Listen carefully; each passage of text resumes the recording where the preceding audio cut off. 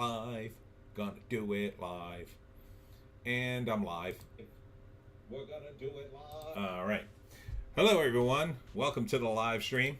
Started a little early. Whew. Had a day in the sun, let me tell you. Let me tell you about my day in the sun. I was at the Flemington Book Fair today in Flemington, New Jersey. I sold a good amount of books, and yesterday I was at Richland Vintage and Toy Fest. It's kind of like a flea market, half market, half food truckery thing, and that was a good day too. So I had a good weekend. I was promoting second act books, book signing all week, or second time books, only to have the whole damn thing moved to September, which I was like, oh no, I don't know.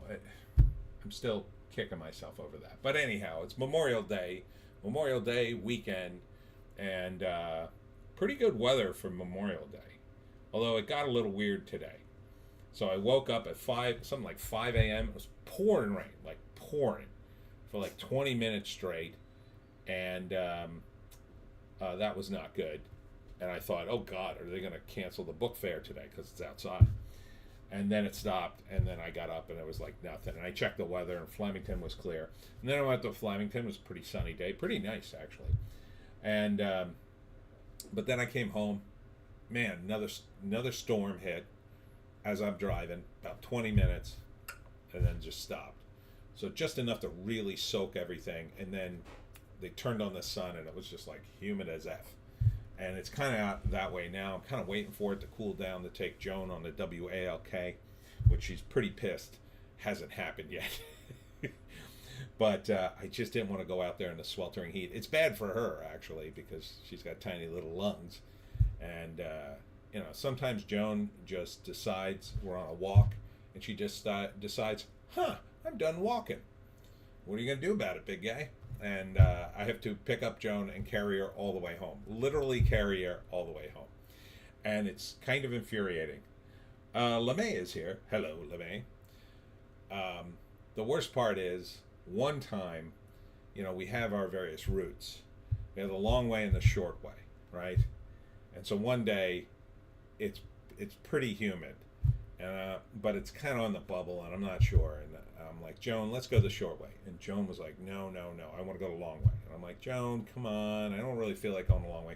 No, I want to go the long way. So I go, okay. So we go the long way, and about halfway through, just stop dead. Like, I'm too tired. I'm not going to walk. And I had to carry her all the way home. It was so annoying. So I try to avoid that. So we try to go, in the summertime, we try to go at night. In the wintertime, we try to go in the bright sun, so it's a little warmer. So anyhow, my weekend was pretty good.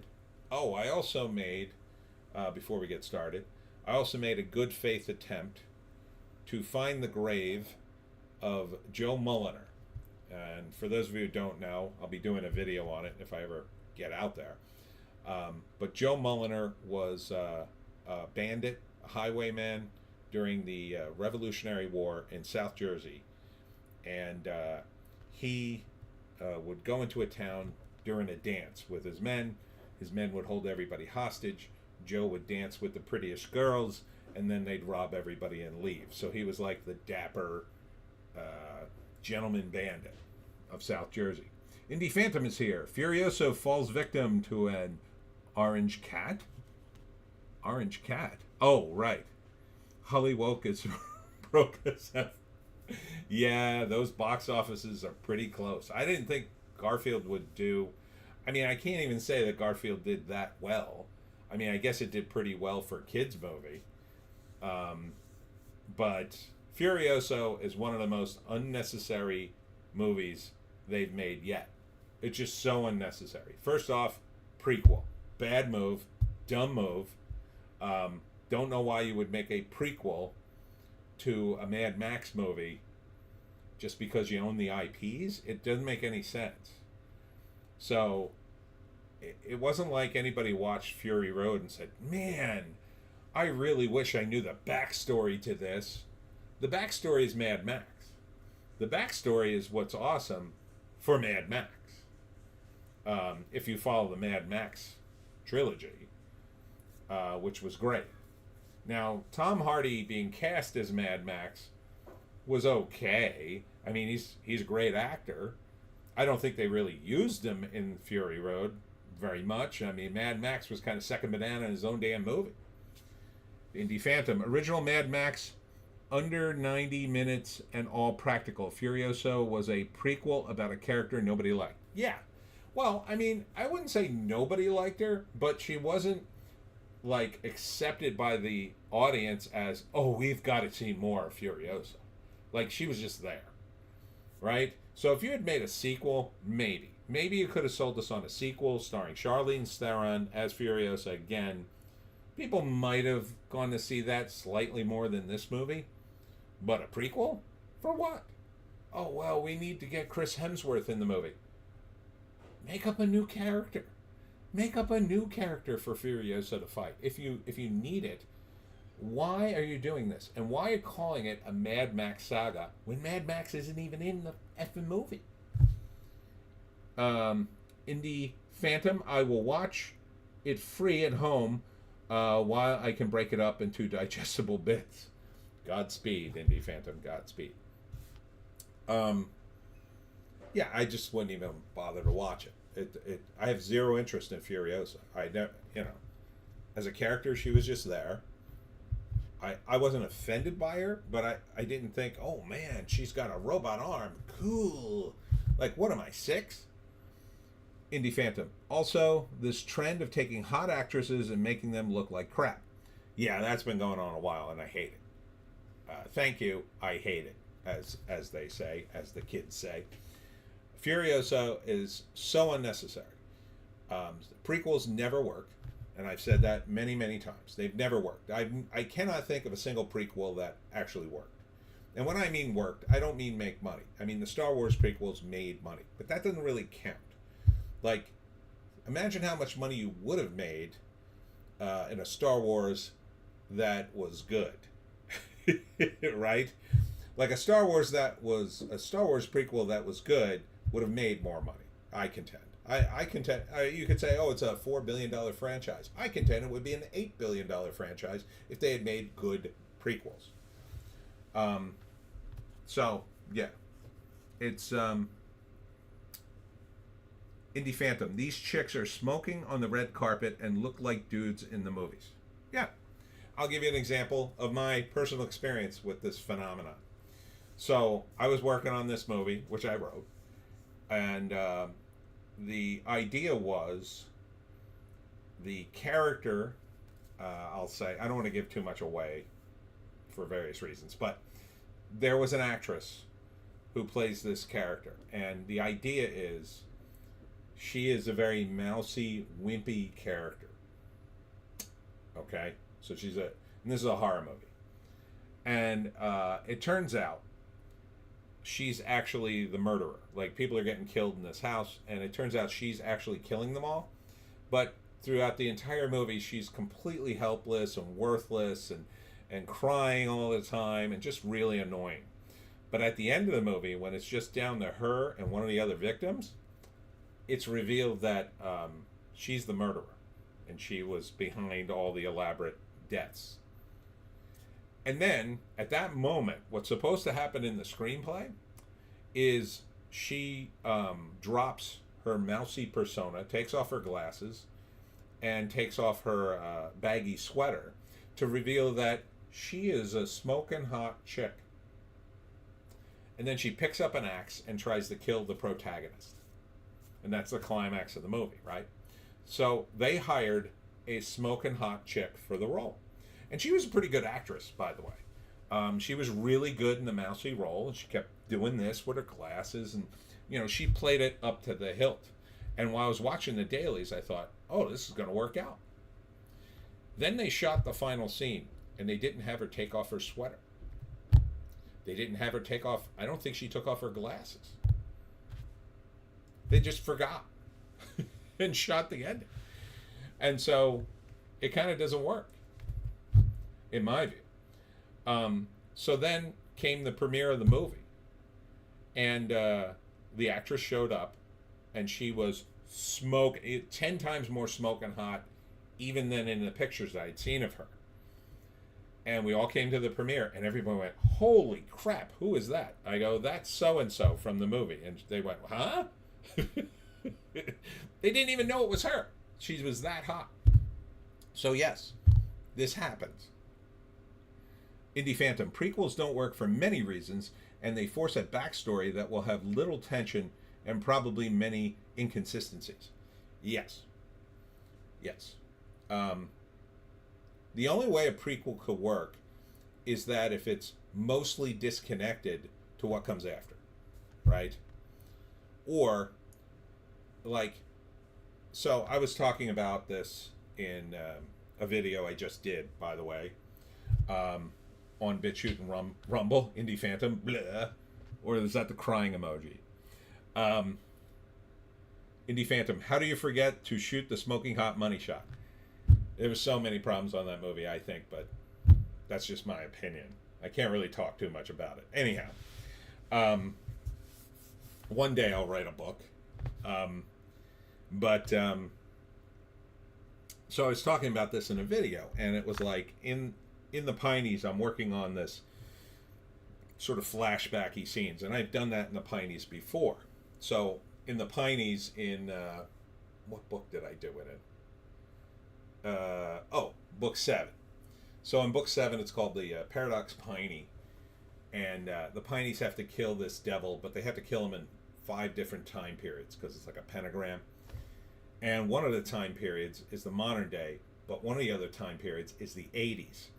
And Hemingway, who's one of the main characters, is in his 50s in the modern day, but in the 80s he's like 16. And so he has to work across time with his younger self in order to kill this devil. And of course, what you get is the payoffs you get from having sort of a prequel of sorts, a flashback, if you will. Because the running gag is Hemingway doesn't really listen to anybody. But now he's older, and now he has to deal with a younger version of himself who won't listen to him. And so I find it hilarious. But anyhow, you can do stuff like that if the stories are kind of disconnected. So, like, I could do a story with the Pineys, with Hemingway. I could do like a full length, and I may very well do this, an 80s Pineys book where it's just, it all takes place in the 80s and there's very little of the modern day. And, but, like, it would be almost disconnected from the present day Pineys. Other than that, you know, the ones that are old enough would be in it and the ones that are too young wouldn't be around yet. And, you know, because the way I've designed the Pineys is they've had many adventures. Many. You could also do that in Star Wars. Indie Phantom. I did like the Twin Peaks prequel, but that was really just a Lynch movie, and even Lynch didn't watch most of the series. Yeah, I don't want to get into that. I didn't really like it, but I was a huge Twin Peaks fan. I did enjoy the series. I didn't think that one worked very well. I think wasn't it his daughter that wrote that one? But, you know, part of the problem is, so like with Star Wars, Marvel Comics licensed Star Wars and did a comic book. And it had to, the Lucasfilm people announced at some point that the Marvel Comics Star Wars was not canon, even though it was insanely popular at the time. And the reason they did that was they just took the Star Wars characters and just started writing other adventures with them. So it was Luke, Han, Leia, Chewbacca, kicking ass and taking names and doing all sorts of crazy, cool stuff. They should have followed that damn comic, I'll tell you right now. Indie Phantom, nah, his daughter wrote the Palmer Diary. Oh, okay. Yeah, I wasn't big on... I saw Fire Walk With Me, and I just thought, Not great. Not what I wanted from the show. And I watched the sequel Twin Peaks, and I got through a few. I don't think I got through the first season. I watched a couple episodes, and I'm like, yeah, it's been too long. It's not really clicking for me. LeMay, people are trying to claim Temple of Doom as a prequel. Doesn't it take place before the events of the first movie? I'm almost sure it does. Because the idea was that he gets with Marion. At the end of the first movie, he gets with Marion, and that's it for him, to some extent. And then the second movie, I think the second movie does take place before. But it's not really, again, it's not really a prequel. LeMay, yes. It's a prequel. Well, technically, I guess it is, because it takes place before. But it's not like it sets up Indiana Jones. Like, we don't see Indiana Jones learn to use the whip and become an archaeologist. It's just another adventure. So you can do it that way. So if you did a Star Wars prequel with, you could do the logical thing to do if you had your druthers to do anything. Like, if I can, at some point, I'll be able to push the button on the AI and just do the prequel I would do. The prequel in Star Wars you wouldn't do, you just look at the characters, right? So Luke Skywalker, where is he? Well, he's a farmer on a moisture farm in the middle of nowhere. He's not going to have an adventure prior to the events of the three movies. That was his adventure. The guy who would have the adventure prior to the movies would be Han Solo. So you could do a Han Solo prequel, and they sort of tried to, but it's one of the worst movies. It's the worst Star Wars movies ever made in terms of the box office. It's terrible. My friend dragged me to see it. There's one good scene in it where he meets Chewbacca, and that's kind of cool, but everything else is worthless in my view. Maybe if they had had good writers on it, it would have worked, because it could have worked, because it would have been separate from Star Wars, in that it wasn't really about Han or Luke and the Jedi or any of that. It was really mostly about being a gangster in this future world. Instead, it was full of all sorts of messaging, and there was a diversity crew that shows up at the end, and it's awful. It's god awful. Indy Phantom Solo was another S prequel. He could have just been Han's son. Would have sucked. Indy Phantom Temple of Doom 1 year before Raiders, but it's really just another chapter, as you say. Sam Rogers is here. Hi, Sam. Hello, everyone. Hello. Indy Phantom Temple of Doom today would have been focused on an annoying Willie Scott. Yeah, that's the other problem too. So the only reason I think they're doing Furiosa is because the studio wanted to greenlight another Girl Boss movie. Sam Rogers says, I thought it was silly when Han was speaking Chewbacca's language. Well, like, the running gag in Star Wars originally was people just understood him. Like, and Han just understood him. Like, he didn't speak it, but he understood him. I don't know. I did like that one scene in the movie, but other than that, there was no other scenes I was there to see. Him meeting Chewbacca could have been great. You know, it could have been a whole movie about them meeting and becoming friends, you know, but instead it focused on, I don't know, the stupid love story that didn't seem to go anywhere. It had a dumb reveal for his name. I mean, they're just bad. But, you know, again, it all comes down to writing. But prequels are much harder because you would have to look at the Star Wars character. Han could be the one that have a prequel, if anybody could, and Chewbacca, because they were established. Maybe you could do, you know, Ben Kenobi, but you see what the result was. It was a S show. It wasn't. It didn't expand the universe. It collapsed it. It had revealed that Obi-Wan Kenobi was like hiding out on the planet with Luke Skywalker to watch over him. Like, doesn't he have anything better to do with his time? Like, that wasn't in the movie. That I didn't get that sense in the original movie. I got the sense he just happened to be there. They just happened to end up on the same planet. Sam Rogers, Droid writes, Ah, those filthy droids. I'll never vote for their damn rights. They can stay unmarried as far as I'm concerned. It's unnatural. Indie Phantom. Warner Brothers has already announced more Mad Max flicks, just like they did with the Exorcist movies. Trapped themselves into a corner. Again, it all comes back to IPs. These idiot executives look at IPs and say, well, these are worth the same exact amount of money. That's not true. They looked at all the Marvel IPs and they concluded they were all equal to Spider-Man. Apparently. None of them seem to have any sense of what's good and what's bad. The Vision is not an IP that can support its own TV show. And they've already developed a Vision TV show now. It'll be a disaster. And anybody who read the comics could tell you that, because Wanda and the Vision were second-tier characters in the Avengers, and they don't deserve their own TV show. They really didn't deserve their own comic. They couldn't support it. They had miniseries, but that was different. That's the world of comics. You can do miniseries and one-offs, and it's fine because, and also the comic book companies, as much as they bring characters back to life all the time, they also tend not to kill them in the first place, for not many, many years anyway. Sam Rogers, no new ideas for fear of taking risk. Yeah, that's what it all boils down to.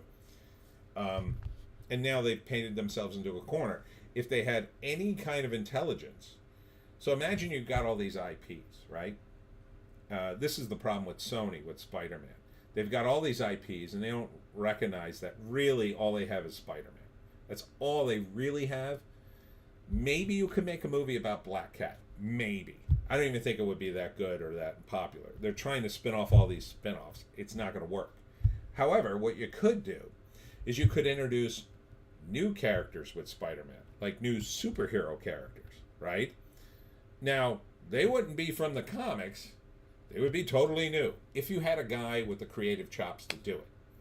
And you could introduce him with Spider-Man and see if it works, right? You could see if maybe the audience really likes the character.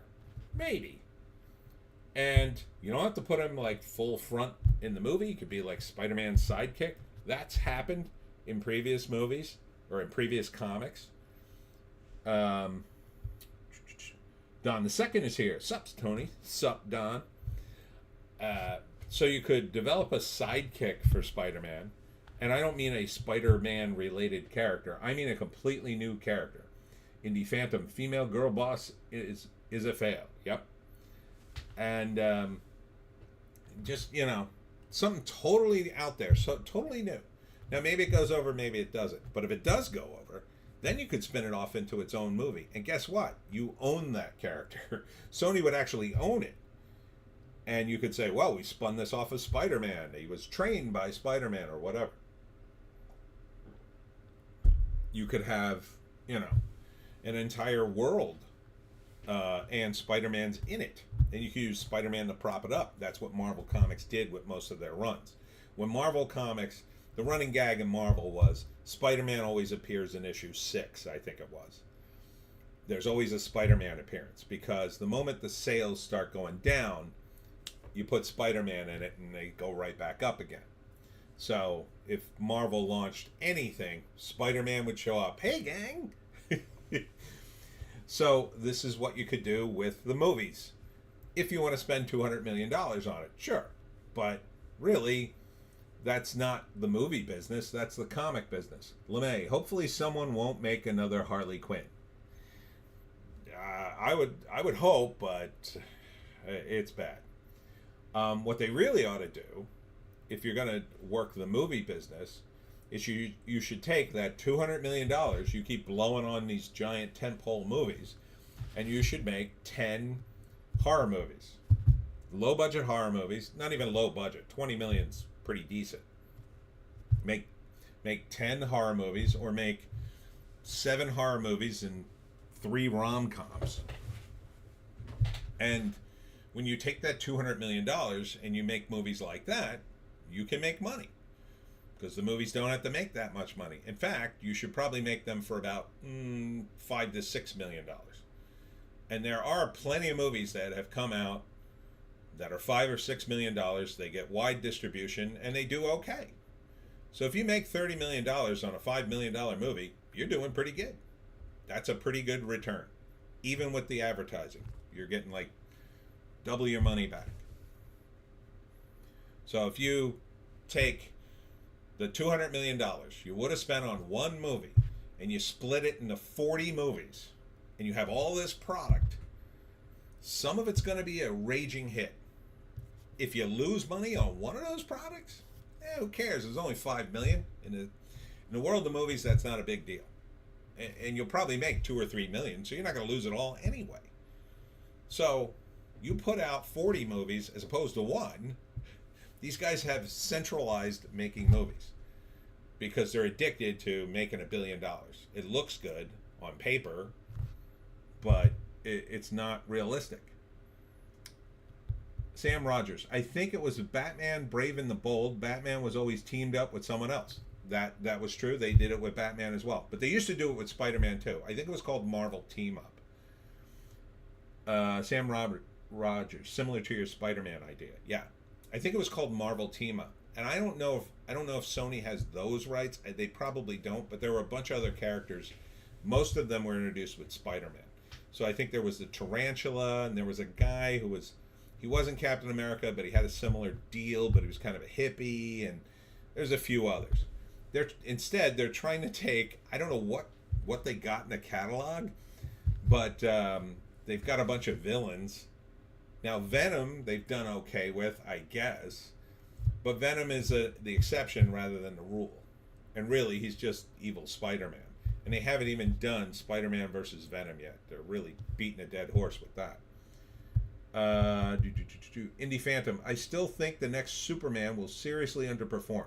That IP has stalled with kids today. I think you may be right. I mean, I don't see any real excitement around Superman, even though it's going back to his original deal to some extent. James Gunn, part of it to me is James Gunn has just talked it to death. I am sick of hearing about James Gunn in the various movies he's working on. I really am. Creature Commandos, he talked about so much, I don't even want to see it now. And I kind of was on the fence about watching it at all, but I have Max and I could see it. But Jesus, man, shut up and just make the damn thing. And most of the characters in Creature Commandos, I don't even care about, really. I mean, it doesn't look like that great of a comic. These guys, they just don't understand what's cool. You know? Right now, what's cool and edgy, these guys wouldn't touch with a 10-foot pole because they're petrified of the internet coming down on them and ruining the whole deal. When it's the exact opposite. What they should want is the internet screaming for their blood. And you know the kind of people on the internet I'm talking about. The pink-haired weirdos who want to cancel everybody. Because we all know, if you get targeted by these pink-haired weirdos, what happens? Well, you become a millionaire overnight. Look at Dave Chappelle. I mean, he was already a millionaire, but, you know, he was attacked, and what happened? He came out shining like a diamond. And it's happened to a bunch of other people. That's what you would do with a movie. You make a cool movie, and damn the consequences. You know, people always say to me, oh, you got to make the Pineys a new movie or a TV show. And I always tell them, they're probably never going to make the Pineys, not in this atmosphere. It's super pro-gun. Everybody in the all the main characters in the Pineys are armed to the teeth. Hemingway has said a bunch of stuff, which I'm sure would instantly red flag him, and I have a lot of female readers too. I have yet to have a serious person like email me and say, oh, I was offended or anything like that. I think I got one bad review on Facebook, but that was it. And but no one ever mentioned, like, Hemingway just says stuff all the time in the Pineys, if you've ever read it.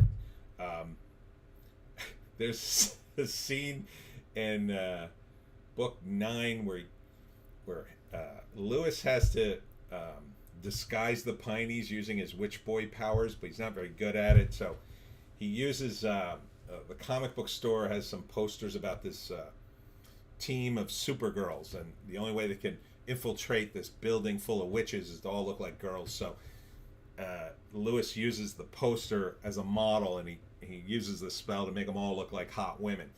And then they have to get on this shuttle bus to get to this building. And as they're traveling in the shuttle bus, like, some guy is looking over Hemingway, who doesn't look like Hemingway. He looks like a hot girl. And the guy says, and Hemingway looks at him and gets really mad and goes, "What the hell are you looking at?" And the other character's like, "Hemingway, you don't look like you." He's like, "Oh yeah, I forgot." And then he just goes, "I have a boyfriend." And so, like, the guy leaves him alone, and then they get off the bus, and Hemingway says, "I don't know what you women complain about. It's no big deal." So it's like that kind of stuff doesn't fly anymore for these people. Like, those kinds of jokes, and it is a joke, they go, "Oh my God, heavens, oh, I'm having the vapors." You can't make jokes like that. They just won't accept it. So I make them in my books all the time, and they're funny and they're hilarious. But these people absolutely will not make them in movies. If I wrote that joke in a movie, like a big movie, I know it would get cut out immediately. So if I had Superman, like, I have a pitch for Superman, I would base it on the song "Pocketful of Kryptonite," where, like, Jimmy Olsen is in love with Lois Lane, and it's a love triangle, and the pitch would be Superman's a jerk, and Jimmy Olsen is the brains behind the operation, which I think would be a fun movie. It would be a, like, romantic comedy. But, you know, they wouldn't do it, especially if I had Superman say a bunch of sexist stuff. It would be hilarious, but they'd never approve it. They would lose their damn minds. Even if it was funny, even if it was a comedy, wouldn't matter. These people have no senses of humor. They're all about their money and the trends. And they'll follow this trend until it's absolutely dead. And then they'll turn around and they'll say, "Oh, that trend's dead. No, we don't do superhero movies anymore. Ah, they're dead." Wouldn't matter if you show them the greatest comic book ever made. They'll never make the movie at a certain point. Indie fandom. Keep James Gunn away from social media. Yeah, I think you should. Indie Phantom. Good Pineys joke is the last line of Beverly Hills Cop 2. Women. Yeah. I mean, it's just funny. You know? But you'll never get that. And you have to make the women women. Like, I write Shelley as a woman in the Pineys. And she's always, like, annoyed at her cousins saying a bunch of sexist things. But, you know, Shelley's a girl. So Shelley does girl stuff. And they do boy stuff. So it's very simple. And people can relate to it, but Hollywood is not about relating to people anymore. Sam Rogers is out already. Goodbye, everyone. Great stream. Thanks for coming in, Sam. Didn't even get to the damn box office yet. Sorry, I should do that. All right, let's get to the box office. We're screaming about sequels and prequels. All right, yeah, let's just confirm what we already know. Furiosa, a Mad Max saga, did $25.5 million. 33 overseas, 58 million. That's not very good. Not for a movie that probably had to cost no budget here. I'm gonna guess it had to cost 200 million. It definitely cost over 100 million. So maybe they got it in at 125, but come on.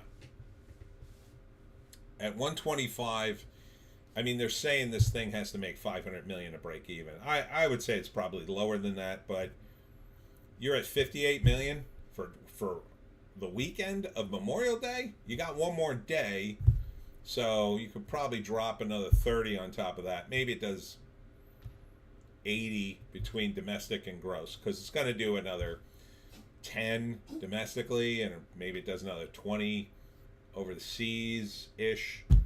So maybe you're looking at 80 mil worldwide for Memorial Day weekend.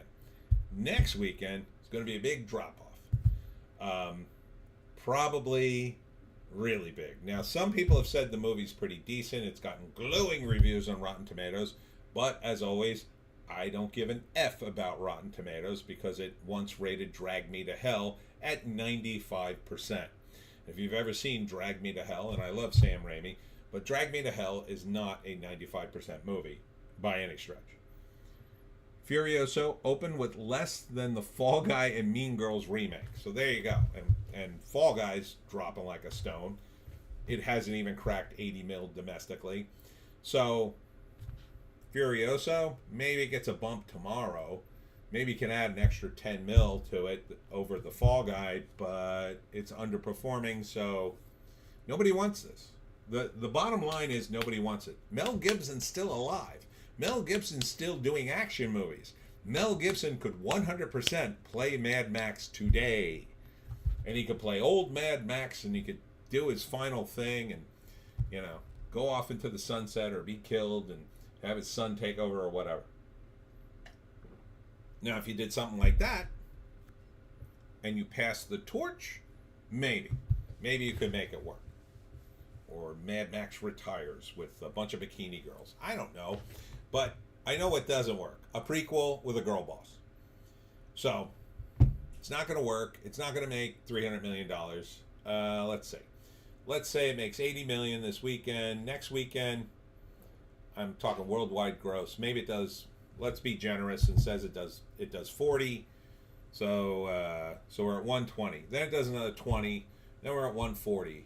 Then it does 10. 150. Then 5. 155. And then you add in all the weekday stuff. I don't know. Maybe you get to 180, 175, maybe. That's probably the budget, but it's probably not the advertising. And they put a lot of money in advertising in this one. Alex Ogle is here. I watched Fury Road on my most recent flight back from Taiwan. I don't much rate the story, but Tom Hardy is great and everything, and the film had superb practical special effects. What of Furiosa? I don't know. I didn't see it. I wouldn't waste my time. I thought Fury Road was okay. It was acceptable. It was an okay start to rebooting the franchise, but you know, it wasn't, to me, it wasn't anything to write home about. I felt like Tom Hardy was still kind of marginalized in his own movie. He had a, you know, I wanted him to be the star, but it was kind of like half him and half Charlize. But Alex, I don't think it will have much in its favor, despite Red Letter Media seeming to like it. Yeah, those guys don't have the greatest track record in the world, I think. I would wish Red Letter Media would be more funny than they are serious film commentators, because man, I love their funny bits about commentary. I also love their they did a really funny sketch about the reboot of Star Trek. I don't know if you ever saw that, where a woman is taken down an alley with a giant poster of the Star Trek film and something horrible happens to her. It's really funny. But Furiosa is just so unnecessary. And I think people can sense that, on top of the fact they're out of the mode of going to films. There's no reason to come back. They're expensive. The food sucks. The experience sucks. Everything about going to the movies sucks. Everything about watching a movie at home is marginally better. So, what's the choice here? Why am I going to the movies? It used to be to get out of the house. And again, on Memorial Day at the Jersey Shore, if you're down the shore for a week or a long weekend, you might get bored one day or it rains and you say, oh, let's go see a movie instead of going to the beach, or, you know, oh, I don't want to go to the boardwalk, let's go to a movie. But that's not enough. Alex, that alley encounter was the funniest and most accurate take on Star Trek ever. I know, it was really funny. And I like that movie too. I don't mind the reboot, the first reboot of Star Trek, even though it's very derivative and whatnot. I thought it was fine. I thought it had a shot at rebooting the franchise in a way that didn't completely erase the original. So I thought that was cool. But You know, it's like almost like they both existed because Spock was there, but they kind of effed it up. Um, so, yeah. So the Furiosa movie just shouldn't have been greenlit, is what it boils down to. Or if you were gonna greenlight it, I'll tell you where I would have started it. I would have started it back in civilization, like Mad Max. Mad Max, the very first movie, is a low budget thing where Mad Max is still a cop, and society hasn't crumbled yet, and like it's like on the verge, but it hasn't happened yet. That's where Furiosa should have been. It shouldn't have been like, oh, desert and crazy guys. That happens later. That happens like Road Warrior. The first movie, it's still like civilization still trying to hold itself together. So that could have been cool. Like if it started Furiosa, like I don't know what she would have been, a cop, I guess, like Mad Max. If you want to just basically do girl Mad Max, but you could have made her a soldier, I guess, or whatever, and put her in the outback and have some tragedy happen to her that drives her to become Furiosa and get a robot arm, I guess. But I just don't care about the character. You know, at least it would have been different from Fury Road, but you know, you bring back Tom Hardy as the new Mad Max. We needed more of him. We needed another Mad Max movie, at least. You could have put Furiosa in it, I guess. You know, you maybe could have thrown her in there, Charlize Theron, but I don't think they wanted to spend the money. But Indie Phantom, my cheap ass home projector and the ability to use subtitles, make my own loaded nachos, and sit on my fat bachelor ass wins every weekend. On the few times I go to the movies, I end up feeling duped. Yeah. Yeah, you go there. This happens to me almost every time now when I go, and it's rare. I sit in the theater and I get infuriated by all the commercials they're showing me. And I don't, you guys, some of you guys are in Canada, but in the United States, they will effing show you commercials till the cows come home now. Used to be back in the day, and I moved to my house because of the movie theater. It was initially a high-end art house movie theater, a huge complex, and I wanted a good movie theater in my neighborhood, and it was good when it opened, but it was too big. The art house movie couldn't be sustained, so they eventually got sold like 3 or 4 times, and I think now they're in AMC. Like now they're part of a big chain. So they used to have a latte bar. That's gone. They used to have high-end snacks. That's all gone. So now it's just a regular movie theater with slightly more comfortable seats than the regular movie theater. Indie Phantom, in Canada, we get tons of woke ads before trailers. What we get is you go into the movie and they have this network, this faux network called like Welcome to the Movies, where we're going to talk about movies. And then it talks to you about, I don't know, television shows and Coke, drinking Coke, why Coke's awesome, popcorn. Like, it's basically all commercials. But they try to package it like you're watching a TV show. And it's freaking annoying and loud. And it's not quiet at all. And you kind of have to endure it. And it goes on forever. So if you show up to the movie at, let's say your movie starts at 5 p.m. It doesn't start at 5 p.m. The commercials are starting at 5 p.m. And then sometime around 5:10, the trailers start. And then they play all the trailers. And they're even more unnecessary now, although I know a lot of people go to see them. Although I think they go to see them less. Now, I see every trailer that comes out because of what I do. But they're all over YouTube. So the movie trailers are now kind of unnecessary. Used to be that was the only place you could see them. Now you can see them anywhere. I'm not sure they hold the same fascination. They should certainly cut them down. Because I swear to you, every time, and it's a half hour from So the movie is supposed to start at 5. It doesn't actually start until 5:30. You have a half hour. So yeah, you can get a crap seat if you want to come late, but you're not going to miss the movie. And that they should probably cut out the previews. They should probably cut them all together. Maybe show one. It's completely woke-tarded. Alex Ogle, as a citizen of the Commonwealth, I don't get why you Yanks have Memorial Day, but it seems a bellwether of movie performance. Seems a bit odd to go to the movies on a day you remember the fallen. Well, let me explain to you what Memorial Day actually is in America. Almost no one in America remembers that it's actually Memorial Day.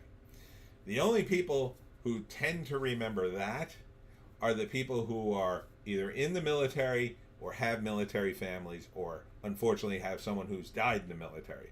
Oh, they all remember what it's for. But the average person looks at Memorial Day in the United States as the beginning of summer because it's the first time it gets hot. And in South Jersey, everybody goes to the Jersey Shore on Memorial Day if the weather's even halfway decent. Everybody has a barbecue, and it's a 3-day weekend. So for most people in the United States, they don't care about the fallen or any of that stuff. They care that they're going to eat hot dogs and hamburgers and going to sit on the beach. That's Memorial Day weekend for most Americans. It's summertime. It's the beginning of summer. And the kids are off from school. People are starting to get days off. People are starting to check out from work and saying, when are we going on vacation? Everybody's checked out. It's the beginning of the months-long process of summer where nobody works, where everybody kind of works, but only half-assed does their job because they're too busy going, oh, it's so nice. Why am I at work today? And everybody's just checked out during the summer. And if you have days off left, you're taking them in the middle of the summer. And you're going to the beach, and you're taking them on a Friday, or you're taking them on a Monday, and you're taking a long weekend, and you're going down the shore, or you're taking a whole week, and you're going down the shore. Everybody around here, anyway, to the beach. So, Memorial Day, right past them.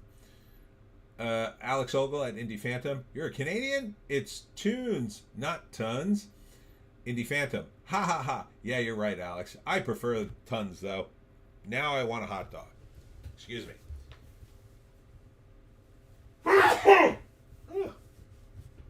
Ugh. Allergies today. So, everybody is, all my family's down the beach. They're all at the beach today. And in fact, I had to work Saturday and Sunday, and I was going to join them Monday, but it's going to rain because it rains almost every Memorial Day, at least one of the days. And they're just like, don't bother. It's going to rain and we're not going to do anything. So now I'm like, So I don't know what I'm going to do tomorrow. Maybe I will do that live stream. But I'll probably make a hamburger and remember the fallen. Wait a minute. There we go. But yeah, there's Alex Ogle. Flippin' Eck. Dad sneeze. Yeah, I'm trying not to blow out my microphone. Indie Phantom. Yeah, I am already in summer mode and will be on holiday a month from today. I check out mentally. Or early mentally. Yeah, everybody does around here. I mean, the worst place, I'll tell you the worst place, is Hollywood. LA. Every year, I'd be working on screenplays, trying to get something going in LA from Jersey. And the worst time to call people in LA was as soon as it hit summer. As soon as it's Memorial Day, everybody's on freaking vacation. And I'll tell you something. I had producers who would go on vacation for a month. They'd go on for a month. I'd call up, oh, where's so-and-so? Oh, he went to France. Oh, when's he coming back? Next month. Check in in 30 days. And I'd just be like, 30 days? I was talking to him a week ago. Oh, yeah, he's gone. can't get a hold of these people. And they don't work. You want to know what's wrong with Hollywood? These people don't work. You want to know why everything's so lazy and boring and stupid in Hollywood? Because most people in Hollywood are some of the least working, hard-working people I've ever met. And one of the running gags in my world is that I would call myself the laziest man in the world. And I am very lazy, I think, in my own way. But the people out in Southern California, I can't hold a candle to them. I can't hold a candle. These people work on a Friday, you're out of your mind. These people are out the door at like 2 p.m. I swear to you, they don't work. They don't work. When I moved to LA for a short time, it was a nightmare getting anything done. It was a nightmare. They are checked out on most days. Maybe it's all the pot. I don't know. But they do not work. So you wonder why people don't work? Why people take months to write a screenplay? Like months and months and months and months and months? It's because they don't work. The weather's gorgeous. They go out and they write one page and they go, that's enough. I'm going to Venice Beach and I'm going to walk around, probably get attacked by a homeless guy, and then I'm going to go out to lunch. And then, I mean, that's all these people do. I swear to you. That's been my experience. Indie Phantom, oh yeah, spent a summer in LA in the 80s. That heat is not conducive to work. At that time, I retreated to the AC of the cinema. Yes. Yeah, I remember living out there, and it was just so hot. It was hot all the time, and it felt like summer all the time. And since I'm from South Jersey, I'm used to winter time. And summer just kept going when I lived out there. And I lived out there through a Christmas, and I spent Christmas poolside, and that was the weirdest experience ever. It's like, oh my God, it's Christmas, and I'm by a pool. LA sucks, by the way. I hate LA. I hated LA when it was cool, and in the 80s is when I lived out there, or it was the early 90s maybe. It was like 89, 90, I guess. And it was cool-ish then. Now, like, it must be a waking nightmare to walk through where I used to go in LA. Alex Ogle, are we going to have some hard-hitting analysis of how Chris Pratt categorically is not the voice of Garfield? They should have used AI to resurrect the voice of Lorenzo Music. He was very good. I do miss Lorenzo as the voice of Garfield. But I don't know if they could even do that or would want to do that. Maybe someday. It was a weird choice for Chris Pratt. But I guess they wanted something lighter and then reboot him, whatever. And it's the Hollywood thing. See, Chris Pratt did the Lego movie, right? And that was a big hit. So what goes off in the brain of every Hollywood executive? Ooh, Chris Pratt is good at doing voices for cartoons. Let's put him in another cartoon. Then the Mario Brothers. Ooh, look, we made $1 billion. Gonna have to do it again. Let's put him in Garfield. So it's not the worst strategy in the world, but it's a bit tunnel vision, I would say.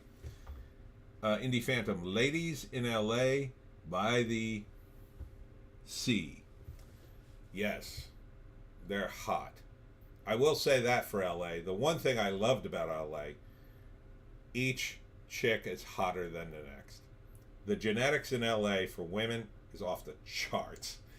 I saw a woman who was so stunning in LA one time, I literally walked right into a pillar. She was that hot, I couldn't stop looking at her. I walked face first into this stone pillar. And I kept looking at her. Indie Phantom, aren't those their canonical Bill Murray Garfield movies? Oh yeah, I forgot about those. Yeah, he was the voice too. He was the voice. He wasn't bad. They didn't do very well, I don't think, though. But I mean, Garfield is such general audience. Let's move on to Garfield. It did 24.7 million, which is right behind Furiosa. So Furiosa might not even win this weekend after tomorrow. More people might go see Garfield than Furiosa. That could happen. It's in 200 more theaters, slightly more than 200 theaters. And maybe tomorrow more people will take their kids to see Garfield. Might happen. It did 91 million worldwide, so it's doing better worldwide. That's more than Furiosa. Do we have a budget on this thing? Nope. It's a cartoon, so it's a little harder to rate. Let me see. What was Mad Max was in the 80s? No, it was 58. It'll be 80 by the weekend. Garfield will be over 100. So Garfield's doing better, I would say. Garfield's doing better. And you know what? It doesn't look bad. I don't really care who does the voice of Garfield, but I did love Lorenzo Music. He just had the best voice. He's like John Benjamin, H. John Benjamin. You know, the guy who does the voice of Archer, and he's just got a great. He'd be a good Garfield, actually. He would have been good, but he's too iconic, I think, now as Archer. Indie Phantom, Garfield had a shorter run time too. I heard 60 million budget for Garfield. Well, that's money, baby, if that's true. That's pretty low for a cartoon. So, the only thing I don't like about the Garfield movie is they, for some reason, put Samuel L. Jackson in it, and I'm so sick of Samuel L. Jackson. I wish he'd just take a sabbatical and just disappear from movies for a couple of years. Just a couple of years before he just sneaks back. It's like, and you know he's going to do the same shtick, you know? The same Samuel L. Jackson voice. But whatever. I forget who he is in the movie. So this could be a battle. Tomorrow you could wake up and find that Garfield won Memorial Day weekend, which would be horrible embarrassment to Furiosa. Alex, bringing Bill Murray back would be like bringing James Earl Jones back for Star Wars Rogue One. Too gravelly, as he peaked in Doctor Strangelove. Also, he peaked in Doctor Strangelove. Yeah, I mean, Bill Murray's Garfield movies didn't do that great, so that's the main reason I don't think they'll bring him back. And, you know, I think they just did it because Chris Pratt, good cartoon, Chris Pratt put in Garfield. I mean, that's literally, I can hear the meeting right now in my head. And God bless him, the kid does well. I mean, Pratt does well in movies. It makes me want to see the movie when Pratt's in it because I like him and he's not an a-hole like most of these celebrities. So, like Furiosa, I have nothing against the lead in Furiosa. I'm more mad at the people who made the movie than anything else. But Indie Phantom, do celeb voices actually add money to these at all? Is some kid excited to hear that Sam Jackson voices a dog? I don't think so. But, I guess, I think it's more of a distributor thing that they see someone with box office on the credits of the movie. So, I don't know. We have a long history of that in Hollywood, right? Like, the Transformers movies famously had a number of celebrities. It was Orson Welles' last movie, the original Transformers movie, the cartoon, the animated cartoon, the good one. And he was the planet Omicron, and who else was in that? A bunch of other celebrities were in it too. I think Judd Nelson was the new Optimus Prime character, whose name I forget. And it was the first time one of the Transformers cursed. He said, "Holy S." It was Bumblebee. So, yeah, I don't know. I mean, Leonard Nimoy was in the other Transformers movie that was CGI. I think he did the voice of Megatron. Alex Ogle, Anya Taylor-Joy is hot, but I keep confusing her with an actress who played the Robot Prazi in Westworld. Fantastic frontal on that one. Yeah, haven't really seen Anya Taylor-Joy in anything I like yet, but she's hot, but she's got a weird face. I think she'd be good as like a hot alien chick because her face is kind of weird to me. But again, you have these smoking hot actresses, and like you said, they ugly them up for a movie, and you don't even get to see their smoking hotness. It's like, why did you hire this woman? Are you just banging her, and then you said, okay, now you got to be ugly in the movie? Like, you know, it's weird. If you're gonna hire beautiful women, you know, like Charlie's Angels, like the women they hired for the last one, they weren't even that hot, really. They were okay. Like Kristen Stewart's okay. She can look pretty hot, but like they should have hired like Sydney Sweeney for like a Charlie's Angels reboot. Like the three hottest women should have just went right to the top of the list, and you should have hired them. Alex Olgo, her eyes are too far apart. I must be great for stereoscopic vision. Yeah, she looks like an alien to me, like half alien, half human hybrid, but a hot one. But if she played an alien in a movie, I think that could work. Number 3 is IF or If. I don't know what the hell they're calling this movie. This is the Ryan Reynolds movie. Is Ryan Reynolds finally running out his cred? He might get it back for Wolverine and Deadpool. Indie Phantom. Nothing beats Madam Web premiere for the hot that was muted for the film. Yeah. Oh yeah. That lineup was too hot for TV. God, that was like a lineup at the Bunny Ranch. Man, those girls were hot. And then they're so not in the movie. They just, you know, oh, let's dress them down. Yeah, this one's a skateboarder. Let's put her in sneakers and a bunch of frumpy clothes. Like, I can only imagine. Like you're auditioning these hot women, and then you're just like, yeah, let's play that down. Like, are they that petrified of saying like, wow, you're very beautiful? Let's accentuate that for the movie. Like, you don't have to make them naked. You could just put them in hot outfits. You know? Or are the actresses against it? I mean, how to think? I just don't get it. I just don't get it. But If is in its second week, dropped 52%, which isn't a bad drop, I guess. But it's another kids movie. It's competing against Garfield, essentially. It's at 98 million. It looks fine. I don't know. What did this thing cost? 110. So it'll definitely make its budget, but I don't know about actually making money. They seem to spend a lot of money on this movie, like a lot. I've seen more commercials for If than any other movie recently, and I don't have a TV. I'm only seeing them on the internet, but there seem to be a lot of them. But maybe because Ryan Reynolds is in my algorithm or whatever, but seems to be an awful lot of them. So, and it looks fine. I don't want to see it, but you know, it's just like, I don't know what you were expecting for a movie like this. Alex, movie pitch.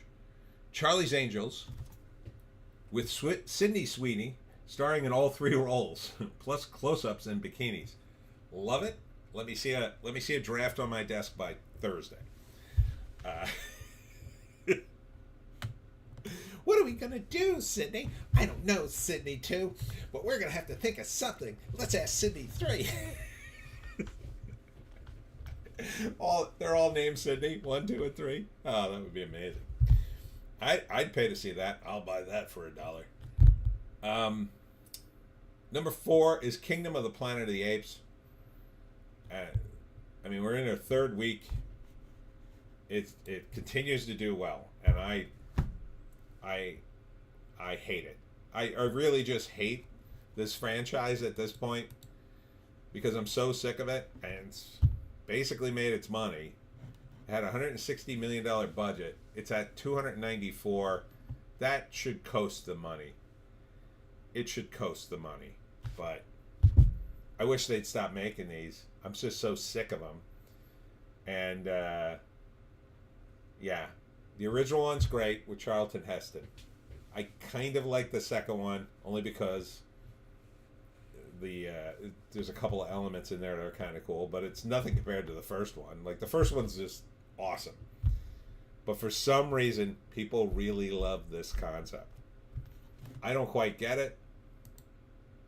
Why people love it so much? I guess I should in a way, because I used to watch the TV show when I was a kid, but my God, people, aren't you sick of this thing yet? They're gonna make another one, I guess. Maybe they'll do the TV show. I don't know. Number 5 is The Fall Guy, dropping from 4. It's in its 4th week. So we're at 143 million. That's not very good. I was kind of psyched to see this. Made its budget back. Probably didn't make its advertising back. They advertise this one a lot too. I still kind of want to see it. I'll probably see it on streaming, just because I used to really, really like the Fall Guy TV show. And me and my friends would watch that all the time. And we thought it was hilarious. And Heather Thomas was a smoke show back then. I'm sure there's absolutely no bikini girls in this, but if they had put one in, that would have been a good idea. So, the other reason I want to see it is because Lee Majors himself, the original Fall Guy, is in it. And I want to see what his role is in the movie, whether it's just a cameo or if it's like something a little bigger where they pay homage to the original Fall Guy. So, I like that idea, that homage, but yeah, it's not doing very good. I was sort of rooting for that movie, but I don't know. I just can't motivate myself to pay all this money to go see a movie for the reasons stated earlier. You know, back in the day, I would have totally been to a Fall Guy movie, but they really should have made the movie 20 years ago. Like, if they had made that movie 20 years ago, maybe you could have even had Lee Majors in it, but, you know, more than just, you know, he could have been old Fall Guy and you could have passed the torch or something. But now it's just like, oh my God, what IPs do we have left? Oh, the Bob Newhart show. Oh, let's do that. And we'll recast Bob and we'll make him an action hero. Yeah, it sounds great. Can we put in an inclusive POC as his assistant? Oh, absolutely. Like, they're insane. Indie Phantom, Fall Guy, already streaming in an extended cut. No Heather Thomas clone is a bad idea. I do like he apparently does stunts for classic shows like Miami Vice. Cool. Oh, does it take place in the 80s? Indie Phantom, The Wind Do. What? Oh, window to digital was like 3 weeks. Wow. Wow. Yeah. No wonder movies are collapsing. And it's just, everything's so overproduced. One of the movies I talked about, it was hands down one of the most overproduced movies I think I've ever seen, is The Many Saints of Newark. And this was the Sopranos prequel. And it was so overproduced. I mean, you want to talk about a movie that didn't need all the fancy production in the world. It would be a mob movie. It just doesn't need it.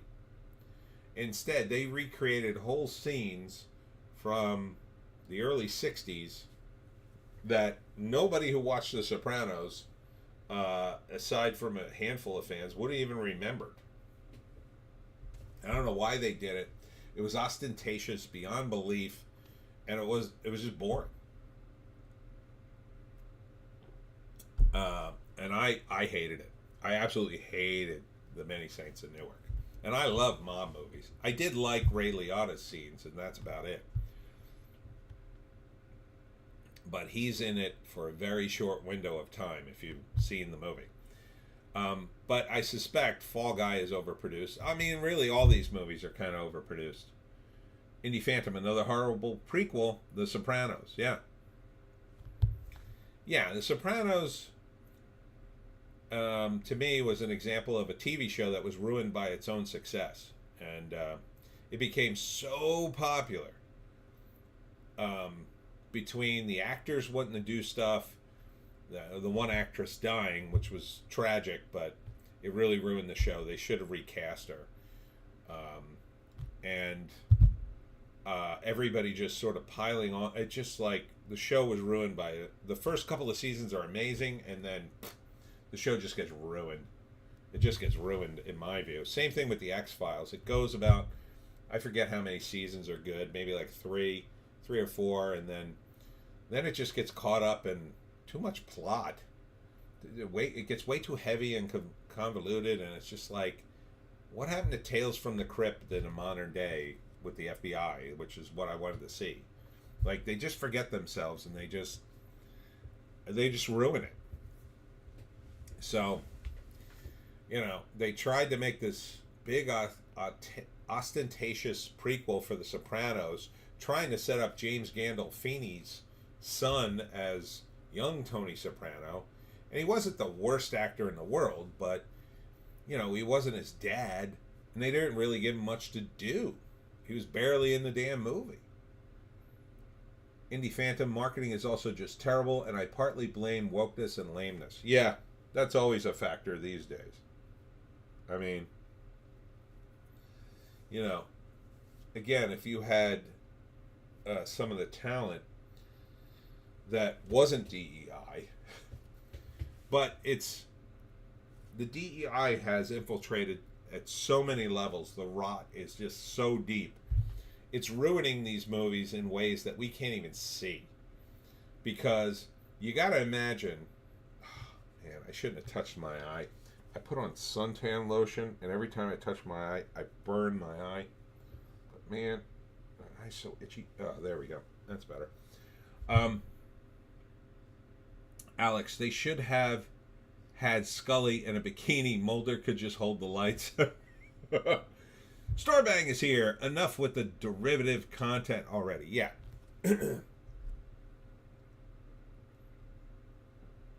It just, you can only do so much with a concept. Some concepts are not meant to last forever. They're just meant to be done. We don't need, for instance, a French Connection universe. Like, the movie was the movie. It was great. Now it's over.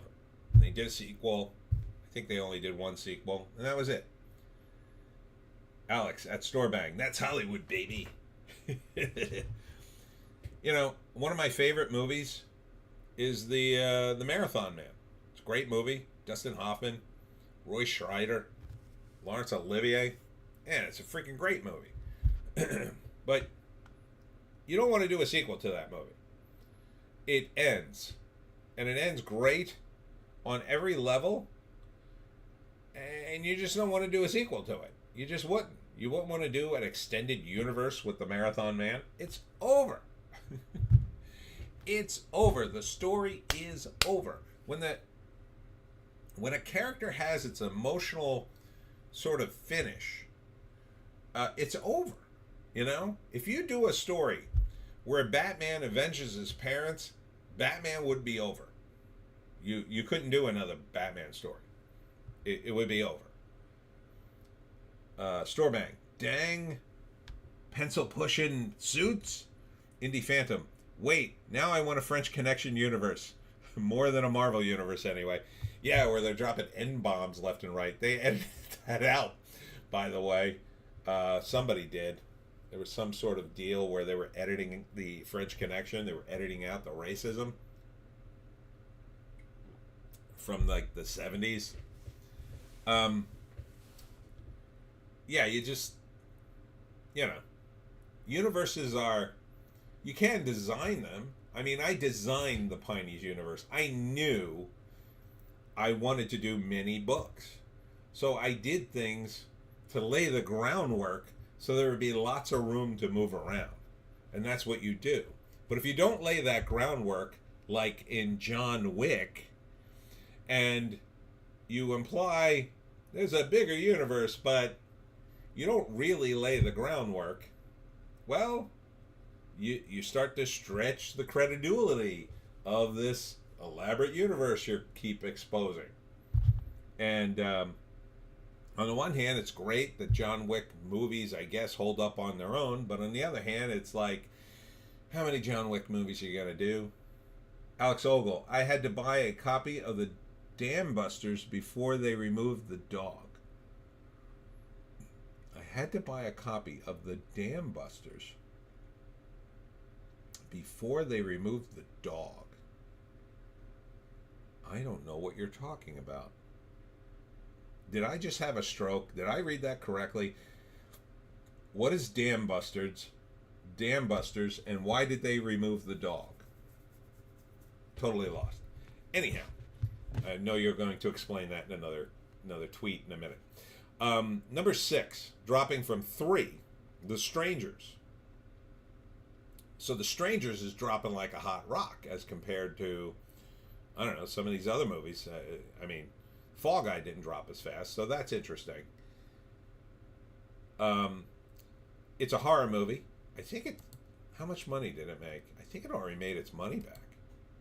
Yeah, this is already money. See, you make a cheap horror movie for $8.5 million.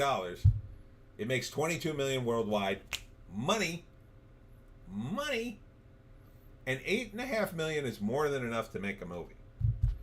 It's not enough to make Planet of the Apes, Kingdom of the Planet of the Apes, whatever the F that is, but you can make a regular movie for $8.5 million. You can make a mafia movie for $8.5 million. You can make a lot of movies for $8.5 million. Give me $8.5 million is what I'm saying. Hey, you can't make a pirate movie. You can't really make a superhero movie unless it's like Batman, but you can make a lot of movies for $8.5 million. But they would rather make a $150 million blockbuster that doesn't make money. Oops. Clicked too many times. Damn it. All right, here we go. Number 7 is Sight from Angel Studios, $2.6 million. Now this movie, I saw the trailer for it, was kind of interesting. It's based on a true story. I don't know what the budget is. It's probably not a big budget, but Greg Kinnear's in it. So, it's probably not super low, but it's a true story of a doctor who was a poor Chinese immigrant.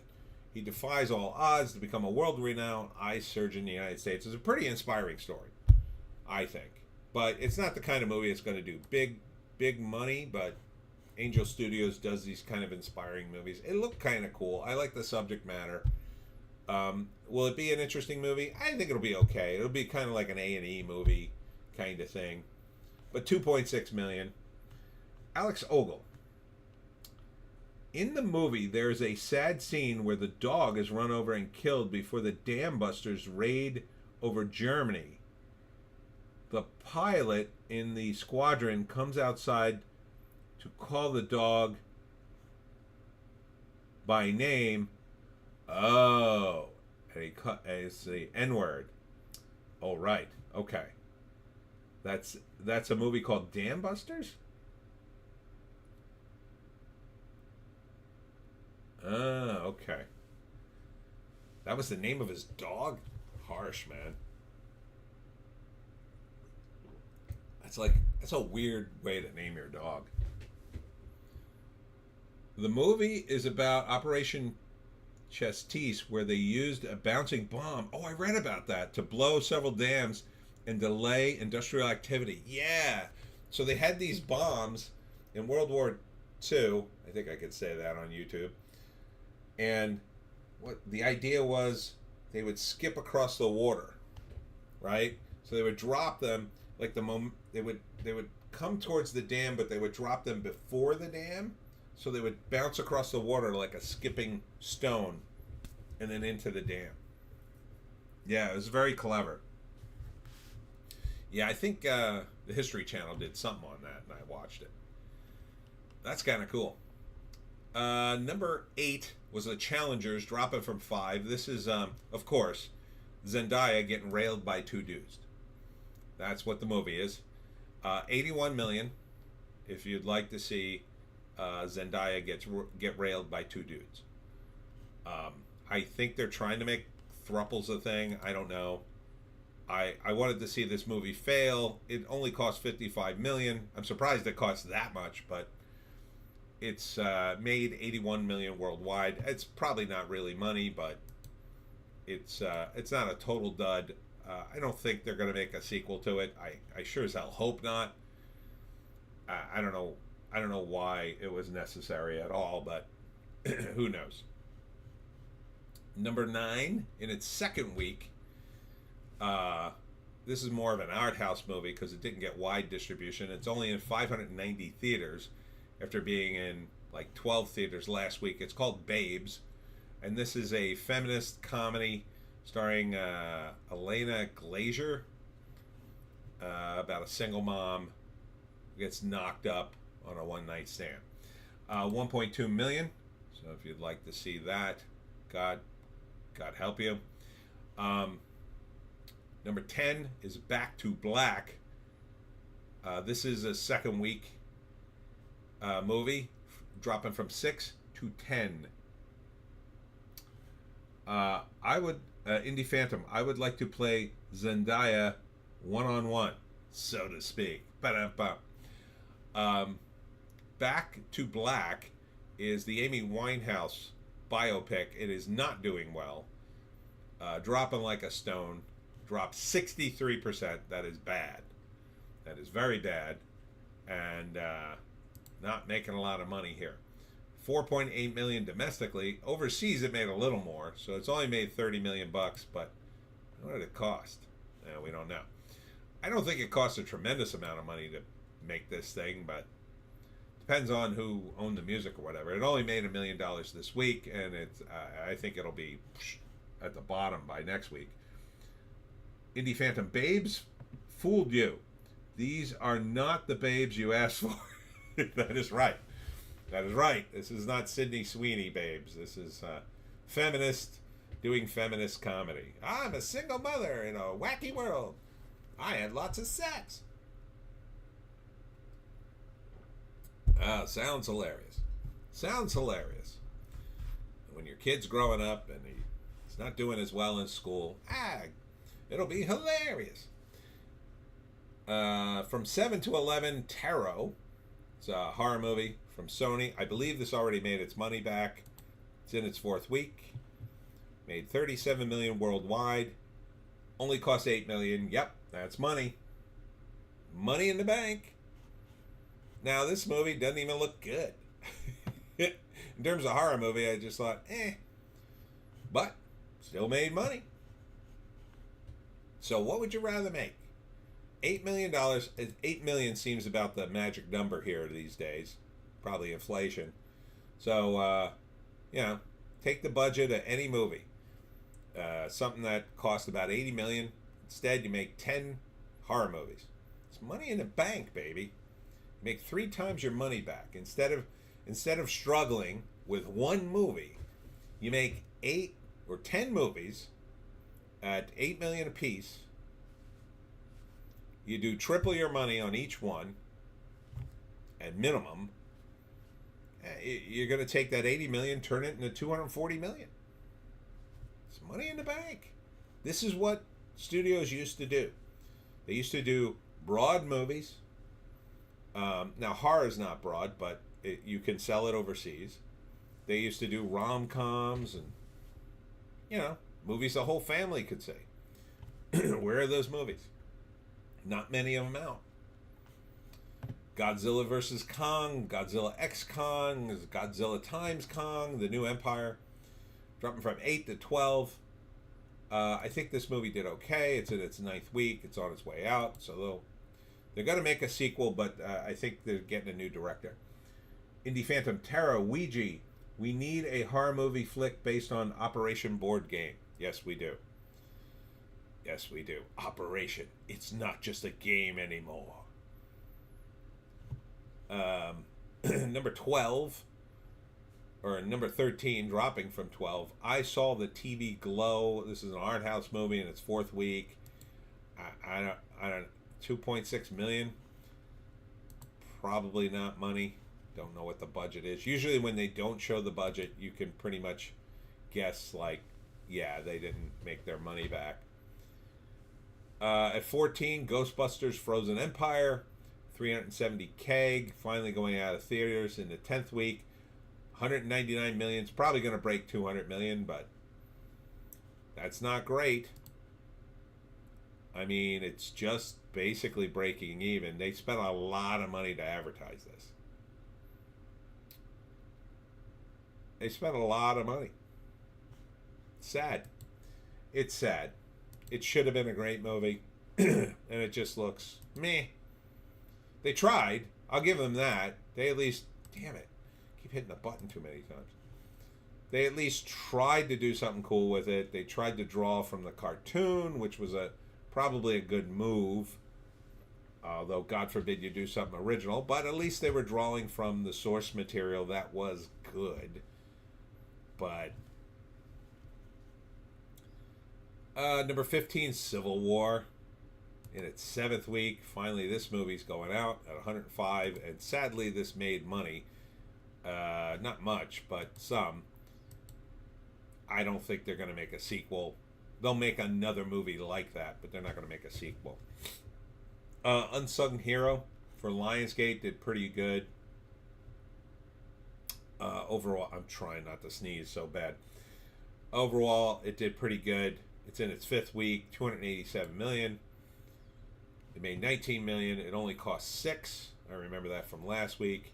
It's kind of a semi-religious movie. Kung Fu Panda, still in theaters, going out in its 12th week. That did really well. For a 4th movie, 4th installment, makes $500 million. They'll make another one of them.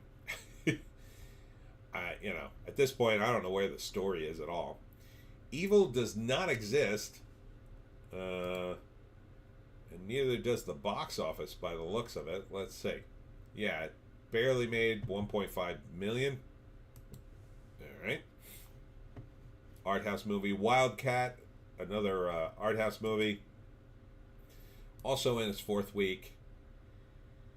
And, man, my signal is absolute S. I hope you guys are still hearing me.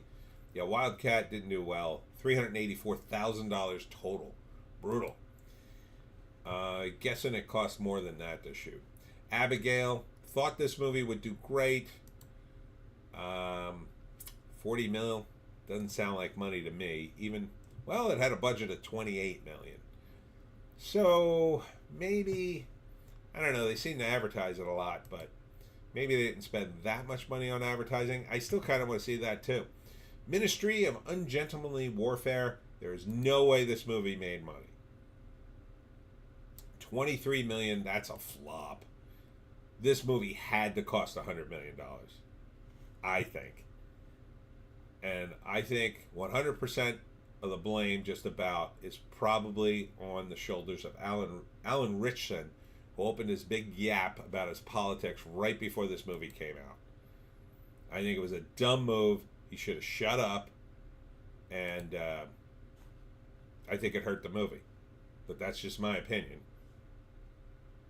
Star Wars Phantom Menace, some reason, is in the theaters. The First Omen is still in. Well, this isn't that original Omen, but an Omen movie, which just is like, God, this movie. Oh, it made 50 million. That's probably money. Well, they don't have the budget, so we don't know. I don't know. Might be money. It is a horror movie, so it probably didn't cost a lot of money. 50 million might be money. And then La Chimera, it's an art house film. So, 100 million for Memorial Day weekend? Well, the weekend's not over, so you got to add Monday. But that's not great. In fact, according to one article I read, it's the lowest Memorial Day weekend in 41 years. Indie Phantom, The First Omen, is another prequel. Terrible. Terrible. It's damn prequels. Um, yeah, like it matters if you're doing a prequel or a sequel to The Omen. It's the same friggin' movie every time. He's evil. He's the Antichrist. Oh, I've been pushed down the stairs. It's the same friggin' movie. Just make a movie about a possessed kid. Call it The Omen this or The Omen that. Omen, First Blood. Omen, the death of Frank. Omen, the evil car. Omen, whatever. I mean, you could just come up with Omen titles all day. Storebang. I wrote a thriller set in the cutthroat world of competitive tiddlywinks. I called it Deadly Winks. Rated R for adult situations. Uh, Deadly Winks. That's pretty funny. That could be a fun movie, you know, a comedy horror movie, setting up horror movies. But these days, you know, you can't even do that. You can't even make a good parody anymore because nothing's popular enough that everybody's seen it, so they'll get the jokes. So the only thing you could do is like Scary Movie, where you'd have to do like parodies of so many different movies that you'd hit like 3 or 4 of the movies that most people saw, and then a few people would get the other little jokes, I guess. Indie Phantom. Some articles saying worst in 41 years since the Return of the Jedi. Others saying worst since 1995's Casper. Ouch. 41 years. So what year's that? That's 22, 23, 83? God.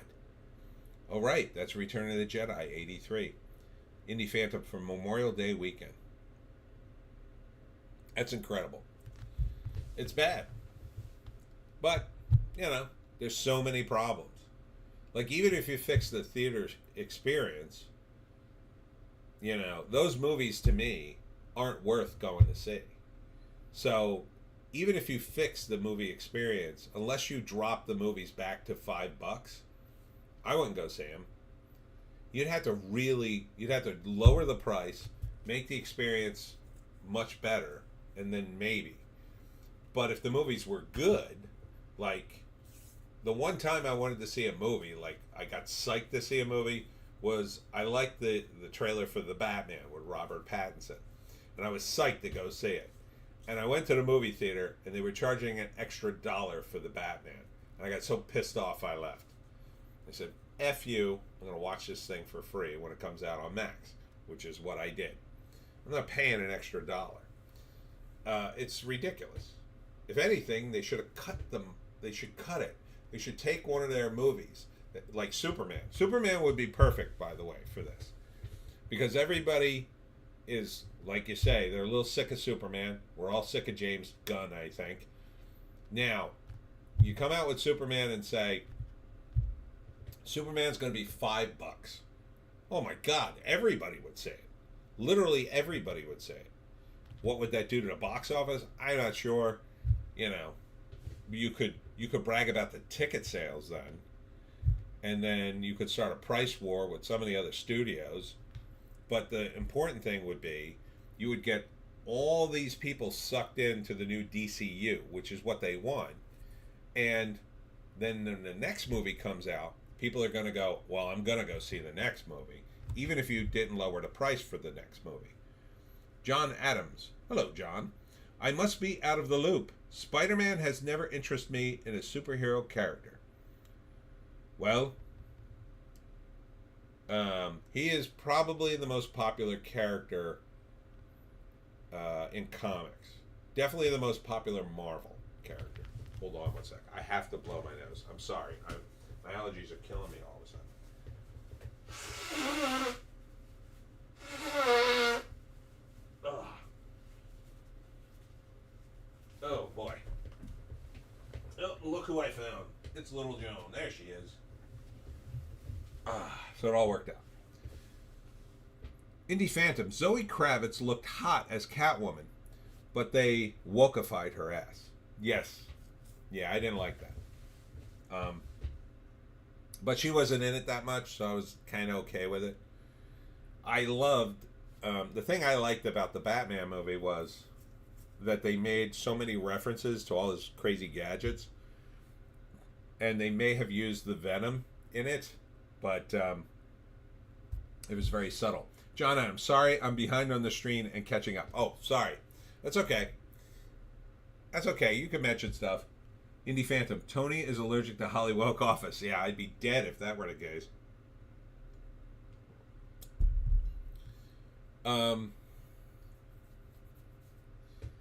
Whew. Anyhow, sorry, I'm trying to keep it together. Between my burning eyes, being burned out, being out in the hot sun all day, and my allergies, I'm struggling. Let's see what's on the trades here. Here we go. Furiosa versus Garfield. I mean, Garfield almost beat you. That Garfield's even in the ballpark of the box office for Furiosa is to me, it's a complete failure of Furiosa. It's a failure of a movie. Never should have been greenlit. Or if you were going to greenlight it, you shouldn't have put a Mad Max saga in it without Mad Max. Maybe you could have called it From the World of Mad Max. But to call it a Mad Max saga was just dumb. It just pissed me off, is what it did. I wouldn't have been pissed off if they just called it Furiosa, set in the world of Mad Max or something. But I'm glad the movie failed. I hope Hollywood learns a lesson. I don't think they will. Let's see. Jesse Eisenberg applies for Polish citizenship? I would love to create a better relationship between Jews and Polish people. Wow. Well, that's interesting. Okay. I guess. I'm not sure what that has to do with movies, Jesse. Your Bigfoot movie didn't do well. Maybe don't show him that movie. Let's see.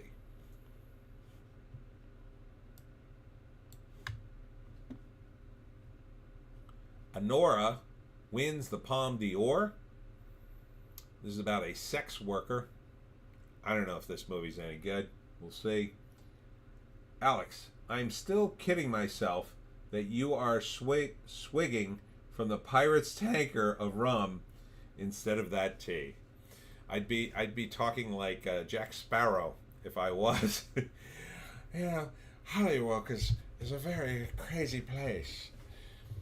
I can't really do Jack Sparrow, unfortunately.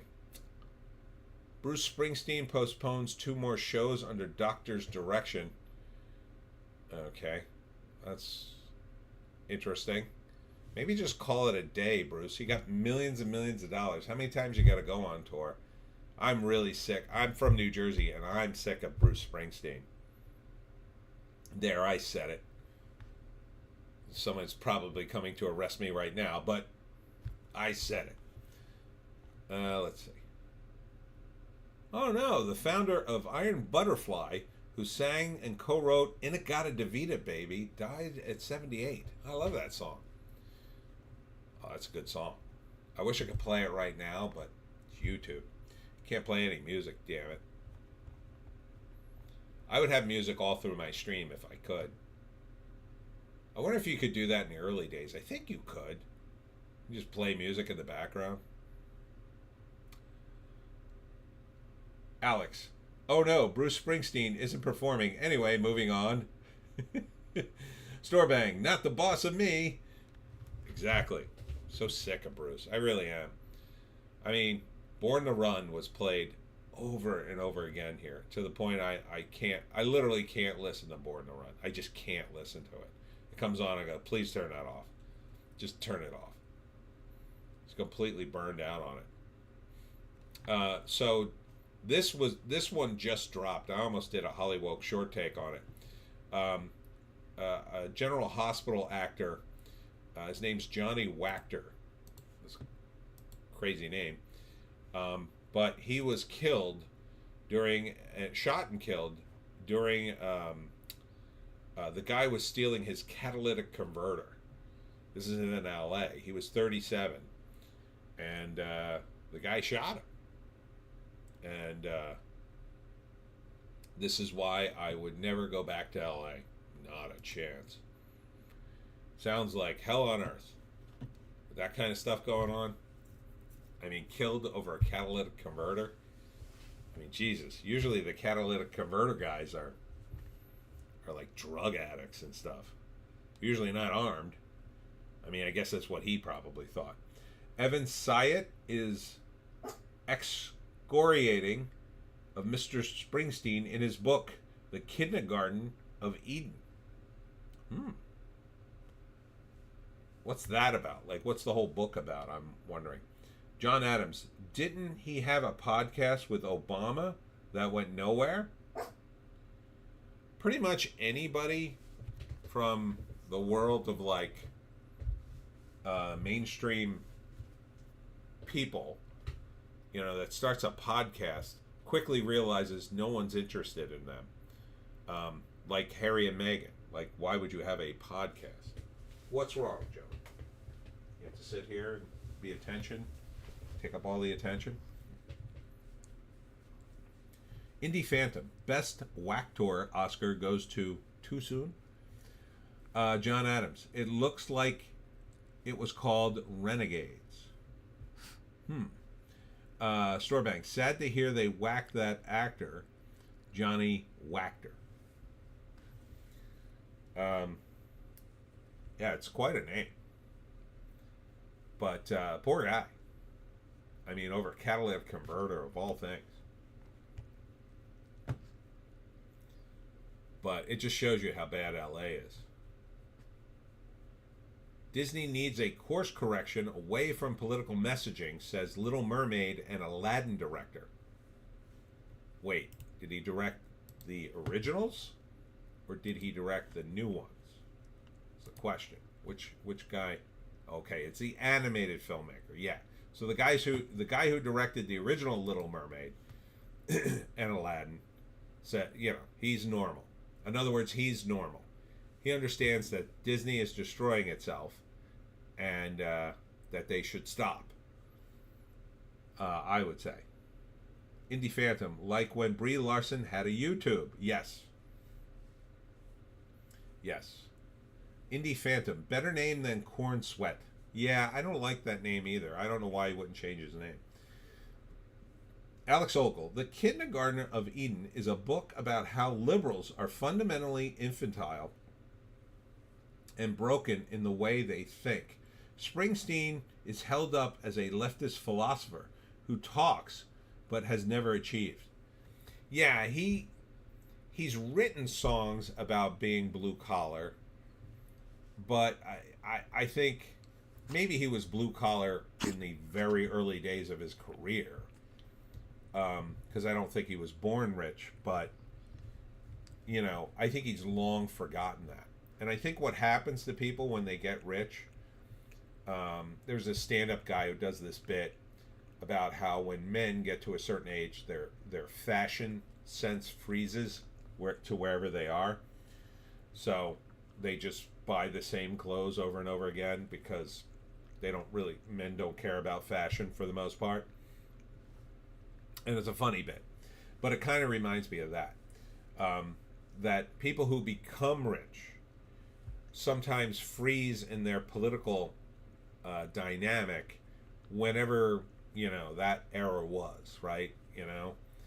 And partly it's an age thing, because I was talking to a relative of mine tonight about some of our older relatives, and I've talked about this on my videos before. And some of my older relatives are very much set in their political ways. But mostly it's because their worldview on several key things, especially when it comes to media, is still very much trapped in 1975. They still believe that newspapers and television are the main sources of information. And they're older, so that's the way it was for them. And I lived in that era, so I understand why they think that, because they came up in the early 60s when television was reasonably I mean, I can't even say reasonably informative, but we had no other thing to compare it to, really, unless you read newspapers religiously. But through the 50s, 60s, 70s, 80s, it was television and newspapers. If you were just a regular schmo, you'd watch the nightly news on TV. If you were a little smarter, you might read newspapers enough that you knew more. And if you were like a, super smart, you'd read books too, and you'd really know some stuff. But even if you were only like a newspaper TV guy, you were kind of well informed, at least by the standard of the day. This is 50s, 60s, 70s, and 80s, even 40s too, but my relatives aren't that old. But then starting in the 90s, all that started to be eaten away. Now, it didn't happen overnight. It took about 10 years. By the time the 90s were over, now like the internet came in and really started to dig in to newspapers and television. And newspapers were dead by the 2000s. Television is dead now in terms of information. And despite my best efforts, I cannot convince my older relatives of that. They just don't get it. They see the internet as a channel. Like there's ABC, NBC, CBS, Fox, and the internet. That's kind of the way they view it. Joan, you were licking the table. Why were you licking the table? Did I spill food there? Gross. I hope you don't get yourself sick doing that. Let me just wipe that. Sorry. Gross, Joan. What the hell are you doing? So they live in this bubble that it's very difficult to get them out of. And I was telling my other relative who was complaining about he had gotten trapped in a political discussion with them. I said, you can't change their views. You can't change people's views, political views especially. So the best thing to do is to not engage and wait until they get so burned by their newspapers and TV shows in terms of the information. When they read and hear a story that's so wrong that they actually go out and, do something based on that information and then really look like fools. Like, that's what it's going to take for them to actually go, wait a minute, maybe this isn't the best place to get information. Indie Phantom. But the New York Times said, fighting for democracy and is still relevant. Oh, sorry. It's fighting for democracy and it's still relevant. Yes. Yeah, the New York Times is so irrelevant, they had to make a movie to try to prop up the New York Times. They make movies about like newspapers when they were relevant in an attempt to say, oh, newspapers are still relevant today as they ever were. Right, little Joan? And my older relatives don't even read the New York Times. So they're reading local newspapers that are, they're basically the Associated Press slightly rewritten for the local audiences. But you can't really convince them otherwise. Not because they're dumb, it's just because they're trapped in that dynamic. They just they didn't need to evolve into the internet. My older relatives just don't use it. They use it when they have to, and they haven't gone, the worst part about it is when they are finally forced to say, okay, now I have to use the internet for my information, they're going to go through the same phase we all did, or at least I did. When you there's a phase you go through, by the way, kids. John Adams, I've tried. You love them, but their mindset is calcified in a previous system of thought. Yes, that's a good way of putting it. Thank you. But there's always this phase that I went through as a person who was new to the internet, but lived in the previous dynamic. And the phase is, I treat the new dynamic of the internet kind of like the old dynamic, and then I have to make all the mistakes you make on the internet, which is the first thing you do is you start reading stuff on the internet and you go, oh my God, I didn't hear about this. Let me send the link to all my friends. And then you do that for a while until people go, could you stop sending me these links? This is really annoying. I really don't want to see all these links. You keep sending me stuff. And then you realize like, oh, and then at some point you realize, oh, I've gone down a rabbit hole here. I'm reading way too much about this, or this source was wrong, and then I get into an argument. So like they still have to go through that whole process if they even decide to make the move to the internet. And that's something I dread too with some of my older relatives. Like, you know, I'm gonna get strange emails, and I'm gonna get, you know, shout outs on Facebook, and I'm gonna be like, please don't include me in this. And in fact, one of my relatives, again, older relative, he had a Facebook account, but something happened and now he doesn't. And for some reason, Facebook makes you go through an elaborate to-do to try to get your old Facebook account back. I think there's a way you can make a new one, but I'm not.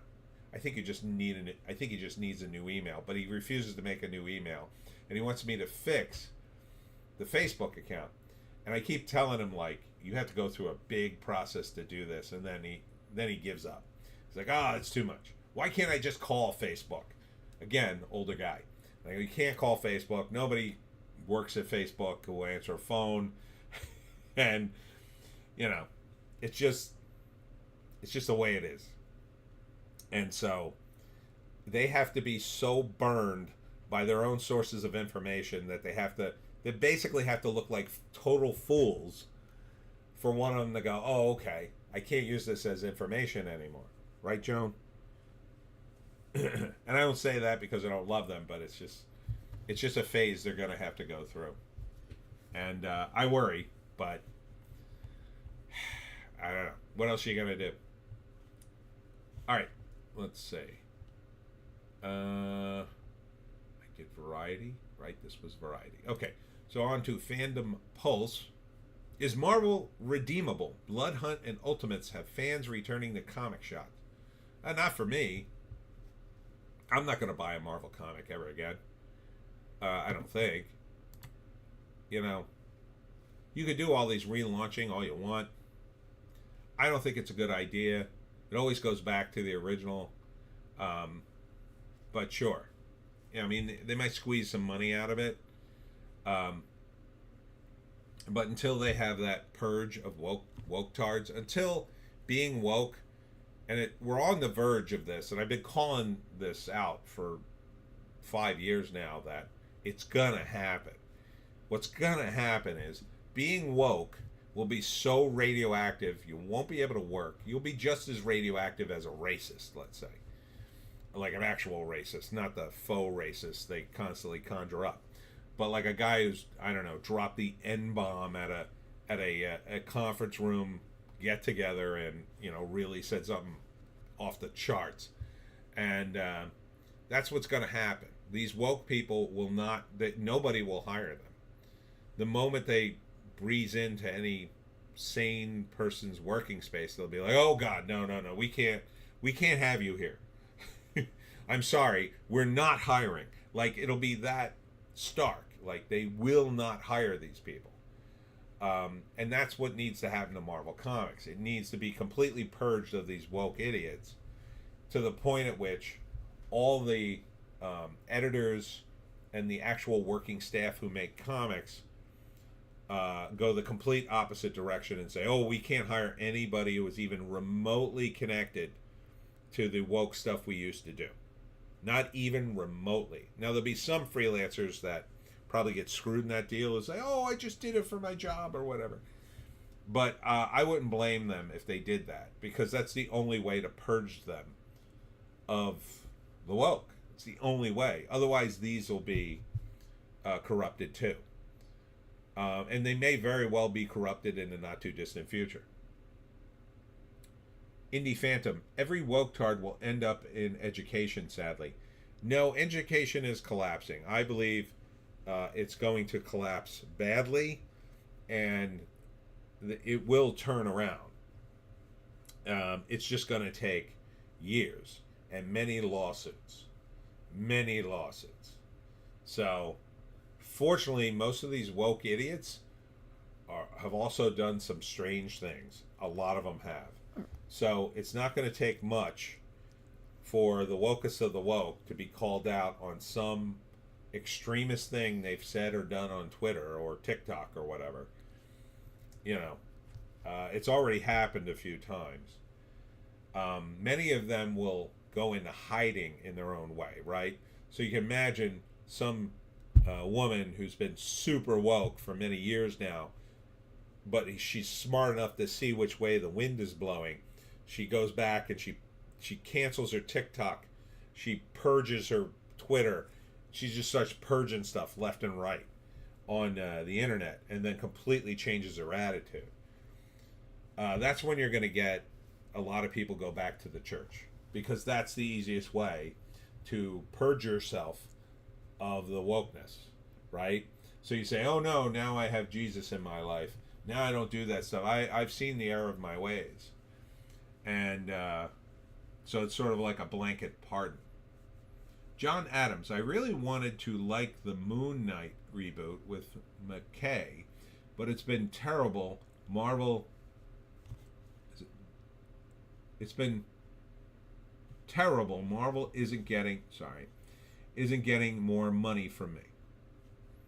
Yeah, I mean that's my attitude too. I mean, I bailed out of Marvel a long time ago, long before things really started to go woke, but part of the problem is Jim Shooter saw this coming back in the 80s. He wanted to start a new universe, which I don't think he should have destroyed all the IPs in the process, but I understand the impulse. You know, they needed new blood. And, Marvel ultimately didn't go for it. Partly because it was sales related. The new characters didn't really take off. They marketed them alongside of the old characters, and that always means they were going to gravitate back to the old characters. But Marvel's just going to be tapped out like Disney. Again, it's going to be a similar thing to the woke. It's just going to be like, oh no, I don't want to see a superhero thing. Oh no, I don't buy comics. Which, at that point, Disney may just shut down the entire division and start licensing the characters out again and making money like they do on Scrooge McDuck. Which probably would help the comics slightly, because the guys who would license it would immediately hit the hard reset and put Peter Parker back with Aunt May and all that old stuff. But I've seen all that too. So I think it's mostly done. We need new guys, new blood, new characters, new everything. And I'm not shy about building that new universe. I'll look, I used to, when my friend was working for Disney, and Disney was trying to do this comic division, I was just writing pitches for comic books all day long. I got I don't know, somewhere in my files, I've got 5 dozen pitches for various comic books and graphic novels and all kinds of crazy worlds. I could pitch this stuff all day long, and it'll be good. It'll be good. You could just branch it off. Some of it's superheroes, some of it's not, though. See, the original Marvel Universe, it wasn't about superheroes per se. It was Strange Tales and what was the other one? I forget the other one. And it was characters that they weren't really superheroes. Like the Hulk wasn't a superhero. He was this guy who had something crazy had happened to him in a sci-fi context. That's kind of what it was. And then they brought them all together eventually. And then he became more and more superhero the longer the universe went on. But that's what you need. You need Image could do it. Image could do it tomorrow. You start an anthology comic, you put a ton of money in it, you promote the hell out of it, you get everybody to read it, and you just start launching new characters until you hit on the ones that are super popular. And then you keep launching new characters. You just keep launching and launching. I mean, that's what Iron Age is doing. They're trying that. I'm not sure how much success they've had yet. I mean, they're more smaller, but I think they're doing okay. They're growing. So Indie Phantom. Are they even doing more Tom Holland Spider-Man? That even seems DOA. They are planning to. They're planning to do a new Tom Holland where he is like older Peter Parker. Phase 2 Peter Parker. Phase 1 Peter Parker, he's in high school. Phase 2, he's working for the Bugle. So they're transitioning Tom Holland to adult Peter Parker working for the Daily Bugle. And Zendaya does. Nobody remembers who he is, so he's all alone. However, the rumor is they're going to bring back Aunt May somehow. I don't know if she's gonna know him, but it's kind of a reset on Spider-Man. And then I guess he's gonna woo Zendaya back, or maybe they'll do Gwen Stacy or Black Cat or something like that. I don't know. So, John Adams, Western comics have really settled on needing capes. It feels like. I was reading Japanese manga today about an ex-Yakuza house husband. You won't find stories like that here. Absolutely. Yeah, and Europe has some really great books too, as Razor Fist points out. The entire comic book industry is in a shambles, and they haven't decided how to fix it yet. So right now you've got Eric July, who's making his own strides to sort of fix it, but what he's doing, unfortunately, is all superheroes. Now, some of them are not as traditional as superheroes as you might think, but really, he's launched a superhero universe. It's fine. I don't think it's great in terms of the creativity. I think it's very derivative, but he's got some talent on board, and that's going to help. I wouldn't go in that direction. I wouldn't mind doing superheroes, but the key would be just to do good stories. And then, if you bring that universe together, however it comes together, that's fine. Because the more different they are. So, for instance, if you have, like a Western, and then you have a comic that's sort of sci-fi in the future, or maybe he's a time traveler, and then you have a guy who fights crime, but he fights it a little differently. Like, you can have all these disparate elements. And then the interesting thing, if you have creative guys, is how you bring them together. First Comics did that. They had the Badger, Grimjack, and Nexus. The Badger took place in the modern day. Nexus took place in the future. And then Grimjack took place in an interdimensional city called Cynosure, which was the intersection of all known dimensions. So, and he brought them all together, and then that was kind of interesting. They had a couple other characters too at first that I don't remember. And they brought them all together for a special, and it was fine. But they were all very different characters. Indie Phantom was listening to an interesting podcast about Henry Knowles and the rise and fall of Ain't It Cool News. One thing that is clear is how much the fanboy culture has led us to this tragic point. I would argue what happened was this. I can speak to comics, man, and don't get me too far started. What time is it? Oh, it's already 11. Okay, I'll try to make this short. So what happened was this. We transitioned from a story-driven industry to a collectible-driven industry. A lot of the problems began with magazines like Wizard Magazine, driving up the sales of collectible comics, and then publishers getting in on the game, artificially creating collectibles that they would then sell through Wizard to make a bunch of money in the short term. So there's a bunch of comics that came out during that era. Ain't worth a damn. Nobody remembers them. They were supposed to be hot collectibles. There was one local comic book company here near me in Philadelphia. I think they were called Lightning Comics. I think this was them. But they announced they would not publish more than 100,000 copies of each issue in order to keep the price stable. That's how crazy it was with collectability. People were publishing to the collectability, not to the story. There were guys who published comics. Each comic was numbered. Like, each individual comic was numbered. And it was on the front, and then people were trying to get the early numbers. Nobody was reading the damn stories of these things. They were all buying them, putting them right in a Mylar bag, and then trying to flip them 2 weeks later. And this was the hot time with comics in the late 80s, early 90s. And then after Superman died, it like shot through the roof, and it all crashed and burned in 1993, 94. And now that's where we are. And these guys still haven't learned their lesson. They still do alternate covers.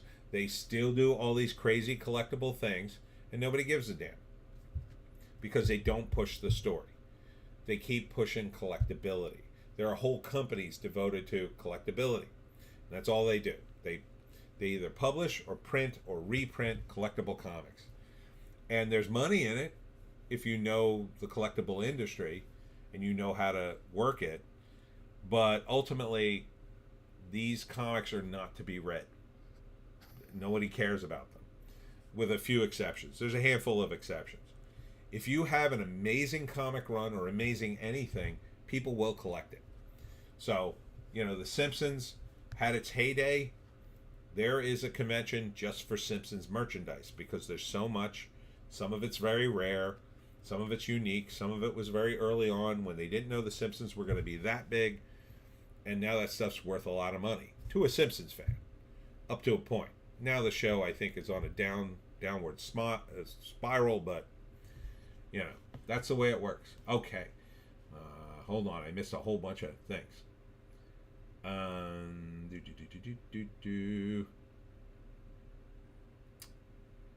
John Adams. I think the Rippaverse Yara #1 comic campaign ends tonight, actually. Razor Fist, I think, is doing a Western comic as well. Yeah, he did one. It's called Ghost of the Badlands, I think it's called. Really nice art. Looks cool. I would buy it if I had any money to blow on that kind of thing. I would absolutely buy that one. That would be on the top of my list. It looks great. Yara or whatever it's called. It looks fine. I wouldn't knock it, but it's not. I'm not like dying to see it. If somebody gave me a copy, I'd read it maybe and say, okay, that's a comic book, all right. Indie Phantom. I find the whole Eric July thing similar to Daily Wire. It's just counter programming that is super niche. Possibly, yeah. I mean, what's happened, God, I don't want to get into this, but what happened between him and then EBS, and now Nick Rekieta is like falling apart apparently. It's just so bizarre because all these guys are caught up in internet drama that I guess they're translating into sales, which is fine, I guess, if you just want to make money. But again, why are they reading your comics or books or whatever? Like, I talk about the Pineys and the Pine Barrens all the time, even if I don't do videos on it all the time. I also don't get into drama. So I'm all about my books and what they're about and everything. So it's like those guys have gotten so far away from their own books talking about internet drama. I don't even know why they even do their comics anymore. I guess because they're still making them money. And picking on Eric July, I think Eric so far has done the smart thing. In the beginning, he wasn't doing the smart thing. He was acting like a YouTuber. He was confronting people, and I think that was bad. Now he's just stopped. I think that's really helped him because now, to me, he looks a lot better. I'm more on the Eric July side now because he stopped responding to all these people. Because now he looks like the sane one. Now EBS looks like a maniac to me. Now I don't talk about him. Now you'll notice I don't talk about EBS anymore because I stopped following him. I couldn't take it anymore. I couldn't take all the drama. I don't want that. I don't want that negativity. So Alex, yes, comics have become the Saturday morning cartoons only exist to sell toys. It's one of the things I hate about the FNT crew and their shelf stuff with tat that doesn't tell a story. Yeah. I would really like to go on Friday Night Tights, if only to give my 2 cents on things. If only to say like things like, yeah, Doctor Who sucks. It sucks since Sylvester McCoy left. Like that to me is the dividing line where, good Doctor Who, Sylvester McCoy, and back, bad Doctor Who, everything after. Even though some of those episodes are good, quote unquote, they're not really Doctor Who. That's when they ruined the brand, in my view. That's when they got away from it being a charming show, mostly for kids, sci-fi, trying to do stuff with very little, to a show that's overblown, overproduced. Yes, Matt Smith is very talented, and Capaldi and some of the others, but ultimately they took Doctor Who and pushed it off a cliff, and the end result is what they have now. Now they've pushed it completely off the cliff. Now it's at the bottom of the cliff, languishing in a pile of rubble because they went too far with it. Doctor Who is a perfect example of a character that had all kinds of room to grow, but they burned up all the credibility just trying to get some ratings. I remember when they introduced John Hurt, and I said, that's weird. Why is such a big celebrity like John Hurt even in Doctor Who? It makes no sense. Like, sometimes these famous people would make a cameo or whatever, but he was actually one of the doctors. And I knew he wasn't going to stay on the show long, so it seemed like a completely insane thing to do. They also got away from the canon, which was very good on the show up to a certain point, and they essentially ruined it.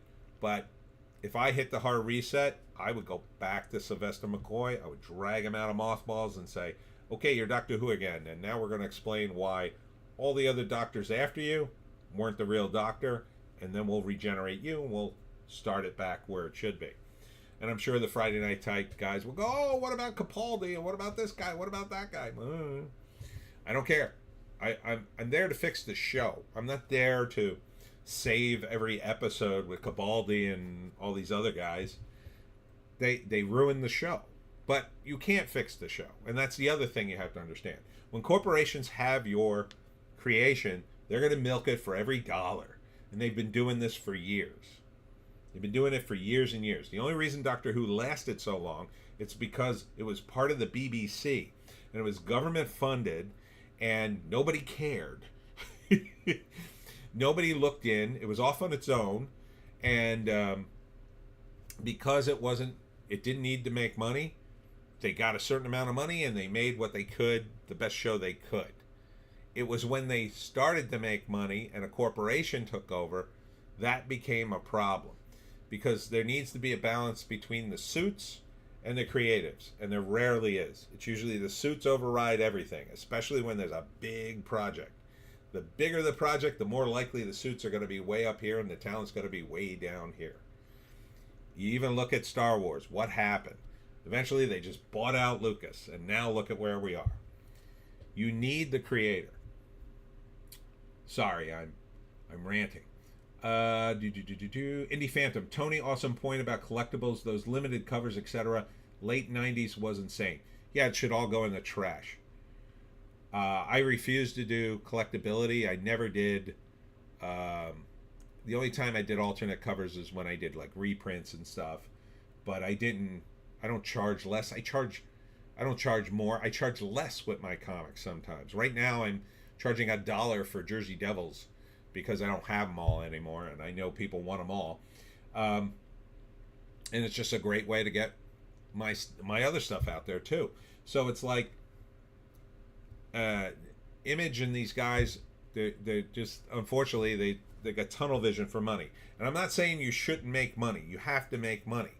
But you can't sacrifice the core of what you need to do for the money, right?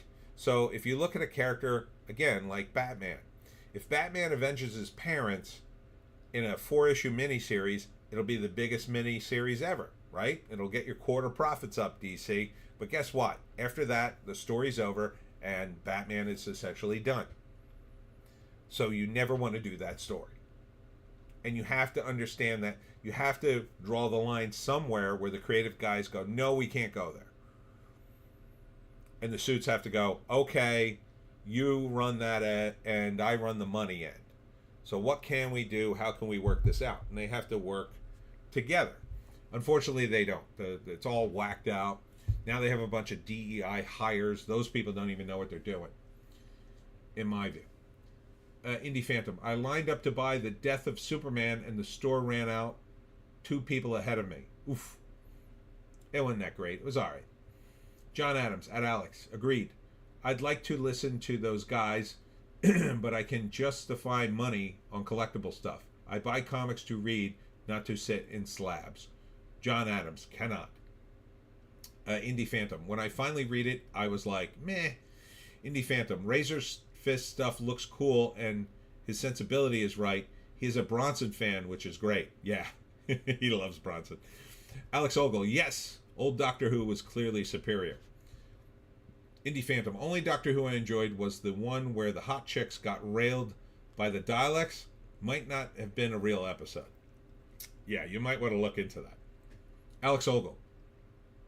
No. You're wrong on there, Tony. Stars would queue up to get on Doctor Who, but they would always be relegated to villains or bit parts. They used their acting skills to make the best of small parts. Yeah, like that part of it. But John Hurt was the Doctor, technically. I mean, he wasn't in it that much. I think it was just one episode. But he was way too big of a name to bring in. And then to burn up a Doctor? What are you going to burn up a Doctor for? You only had 12 of them, according to canon, which they've completely blown up now. So they don't have smart people working anymore. It's part of the problem. You need a creative guy. Like, if I'm going to be the guy, to run the operation, I would run it like I run the Pineys. Certain things can happen. Certain things can never happen. So I would be the gatekeeper, right? So we're doing the TV show, The Pineys. My instructions are this: make the books, word for word, exactly as I've written them. That would be the complete amount of my instruction. Do not change anything. Keep all the dialogue. Everything's the same, exactly as I've written it in the books. That would be my instructions. Will they do that? Probably not. I don't know. There are several ways I could maybe, depending on my contract, if I get the J.K. Rowling contract, I'll be good to go. But, the chances of them giving me that and making the damn show are very low. I know that. But that's my instructions. So I keep saying it in streams and videos. So in case I'm dead when it happens, fans could make a long montage of me saying it over and over again. Here it is. Here it is. Here it is. Here it is. But yeah, and it's like the problem with Doctor Who. Part of the problem with Doctor Who, the creators are dead. Problem with Spider-Man, the creators are dead, and they stopped listening to the creators a long time ago. You need the creators. They're the stopgap measure. No, we can't do that. You need somebody to be able to do that. If you don't have that guy, here's what happens. You're in a meeting, and you've been hired to write, let's say, Spider-Man. And you go, oh, here are my pitches. Well, I don't know. That one pitch, that sounds a little too risque for Spider-Man. Oh, what are the second pitch is the one that worries me. Should we have that much violence in Spider-Man? And then they start second-guessing each other in a corporate meeting that has no business being in a creative realm. Or they do the opposite. They hire some DEI guy or some auteur, and they say, oh, go to town. And then they do something crazy. Oh, I'm going to put my mark on Spider-Man. Oh, it's a crazy ego. I'm going to put my mark on Spider-Man. I'm going to change the whole thing. Spider-Man now lives in the desert, and he works in a water drilling factory, and there's no buildings to swing on. It's a completely different take on Spider-Man. And he becomes like a sand spider, and he crawls in the sand. So, it's... You need the original creator, is what I'm saying. When the creator dies, the clock is ticking. You should probably wrap it up, and then call it a day and let some new creator come Indie Phantom. I think Sin City was mostly faithful to the source since Frank Miller was directly involved. Yeah, I thought it was pretty on point from what I read and saw. Alex Ogle, New Who is rubbish because RTD is a degenerate and Moffat is weak, says Alex. Yes. Yes, it appears to be that way. Or these guys, I don't know, in the case of RTD, he strikes me as a guy who just doesn't care. He never cared about Doctor Who. He has some amount of skill and he used it at first while he was first hired, but now that he's ensconced in a position, he is using it for evil, essentially. He has been corrupted by his own success. And what he's doing to Doctor Who, I think, is legitimately evil because he is knowingly subverting it. And it's a cowardly move too, because he could have just as easily said to the BBC, "No, I don't want to do Doctor Who, but I'll tell you what, let's do a new character. Let's introduce him in Doctor Who." This is kind of what he's doing, but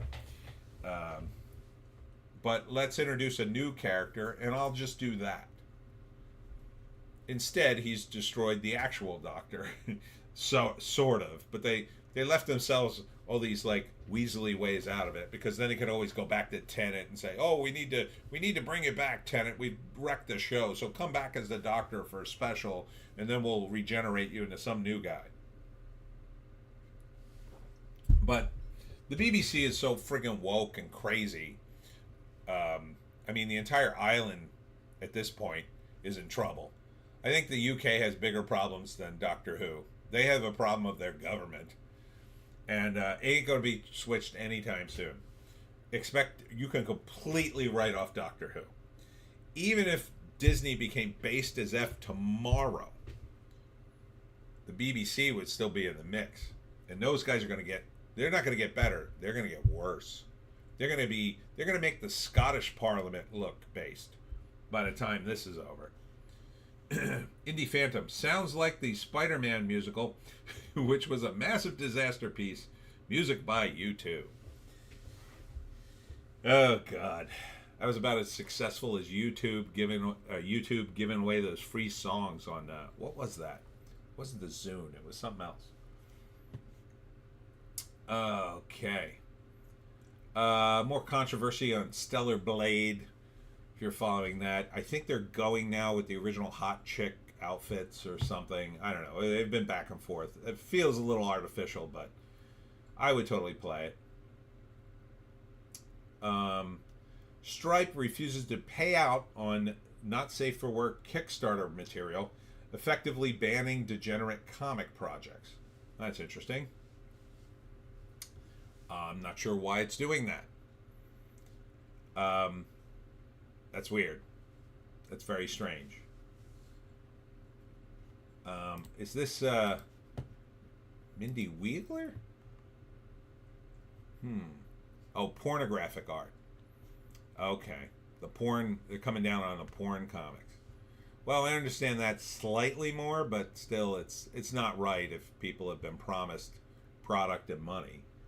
If you want to like cancel them, change your policy and say, okay, this is the last one. That's one thing, but that's not right.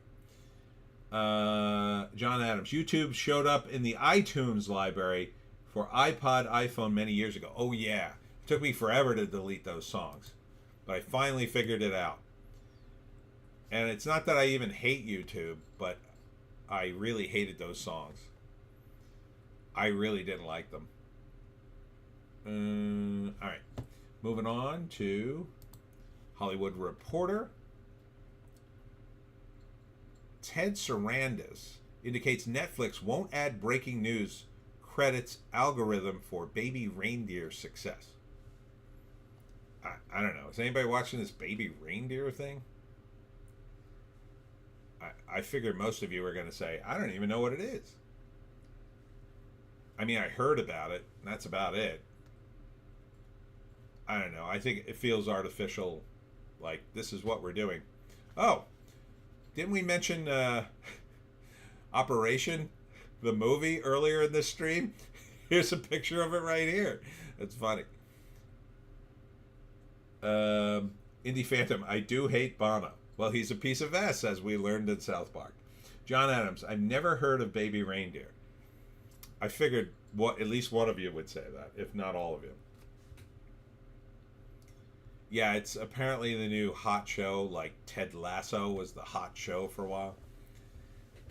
I don't know. I've never seen an episode of Ted Lasso, and I know what Baby Reindeer is because I read about it, I think on a stream or one of my videos. The pitch is there's this comedian and he has a stalker, and she bothers him to the point of which ruining his relationship, ruining his career, and then it becomes like a battle between, and I don't know why it's called Baby Reindeer. It has something to do with what I think she calls him Baby Reindeer or something, but it's based on a real guy and his real experiences. But then the actual woman came out and said that's not the way it's happened. I don't even know how he has the rights to do this. It's weird.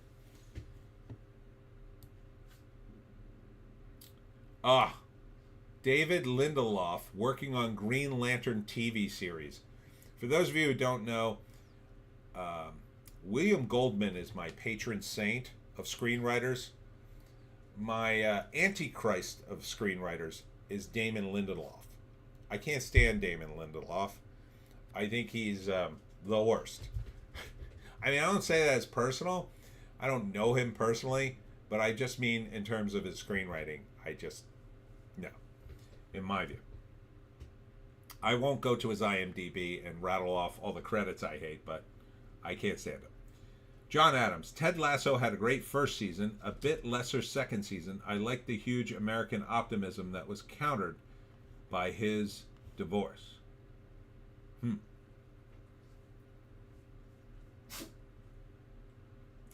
Indie Phantom, yeah, and he gets a trans girlfriend in Baby Reindeer. He does? Oh, dear God. Oh, by the way, speaking of trans stuff, you gotta see my trailer analysis of this new movie. What the hell is it called? It was one of the ones I just did. Oh, it's called National Anthem. And it's about trans cowboys. I swear to you. Remember, I don't know if you remember the South Park episode. There's a South Park episode where, it's very early on, where Wendy forces Stan to go to an art house movie. And it's about gay cowboys eating pudding. And it's almost just like that. It's really gay, and there's a lot of cowboys in it. It's the brokest of Brokeback Mountain, I would say. It's just, I don't know who the movie's for. I really don't. Like, Hollywood just keeps drilling down into audiences that barely exist. Let's see. Furiosa rides to 3.5 million in Thursday previews. Garfield chases down 1.9. That was Thursday. Indie Phantom, Westworld should have been cool TV, but not with Lindelof involved. See, I'm going to try really hard not to go off on a tangent, but Lindelof, to me, he was involved in Lost. And what Lost was, like, my friend was really into Lost, and he said, oh, you got to come over. This is a good show. And I go, no, it's not. I said, it's an endless tease that will never pay off. And that's exactly what Lost was. Now, do you know, Lost was like the biggest show ever. Do you know anybody who watches the reruns of Lost? No. They're never going to watch the reruns of Lost because there's no reason to watch them. The only reason to watch Lost was to get to the ending, which they were constantly promising, right? They were constantly hinting at. There were all these clues and weird things would happen on the show. To me, it was an endless tease. And then the ending was like, okay, that's the ending. Bye. See ya. Thanks for the money. Like, that's the way the show ended, in my view. It was the equivalent of a TV show scam, in my view. That's just my opinion. I want to make that perfectly clear. And so that's kind of the way Westworld was. It would entice you with all these clues. Oh, there's a crazy map on the inside of the android's head, and what is Ed Harris doing? Oh, is he a good guy? Is he a bad guy? Oh, they can do this or that. and then none of it seems to pay off, because I think Lindelof has discovered, oh, I don't need to make any of this stuff pay off. I just need you to get to watch the next episode. As long as you're watching the next episode, I've done my job. Yeah, but what about the ending? F your ending. The show's going to end. The moment the money runs out, we just end the show. But don't you want to tie up all these loose threads? Hey, you can tie them up if you want. I don't care. I got the money. That's what I think he does. Like, for me, I have a plan for the Pineys. Like, I was literally thinking about the Pineys the other day for the final book and how I'm going to bring all these things back. And there's a plan for it. And you can, I think you can, when you have that in your mind while you're writing it, you can kind of see it driving towards that plan, even though I don't even really know what it is. But if you have no plan, you know, stupid people will get sucked into your show. And my friend was stupid to get sucked into that show. And I told him, I said, you're a moron for watching this show. This is the worst show I've ever seen. And we watched it. He said, no, we will watch the last season together. And I was watching the season, and he's a big movie guy. And so I was like, dude, are you kidding me with this show? He's like, no, it was so good for a while. And I was like, it ain't a good show. And he was upset. He was upset at the ending too. John Adams. Here was that South Park episode where they ruin a town by allowing the Sundance Film Festival to move to their town. Yes, that was it. It was a very early one. John Adams. For Lost, they were putting out press releases from the writers promising that they actually had a plan for the ending. All I remember was black smoke monster and a polar bear and a hatch. Yeah. And I don't think any of it was explained. And Rob McElhenney made a cameo, which was very funny because he acted just like Mac in the episode. Indie Phantom. The mystery box sheet irks me. Yes, me too. Same thing with SW sequels. No plan, just make it up as you go. Well, I don't mind that if you actually drive to something. But mystery box is tiresome, especially if you don't have the creativity to make it pay off. And most of these guys don't. I learned doing improv, you need to trust the process. So you start with some various elements, and then you just keep heightening them until you reach a peak, and then you'll figure out where the story goes. You just have to keep heightening things. And when you heighten, so with the androids in Westworld, let's say, although I think the entire show was a stupid premise, but I think it was a much better movie. But I don't know, what's the premise of Westworld? It's androids used for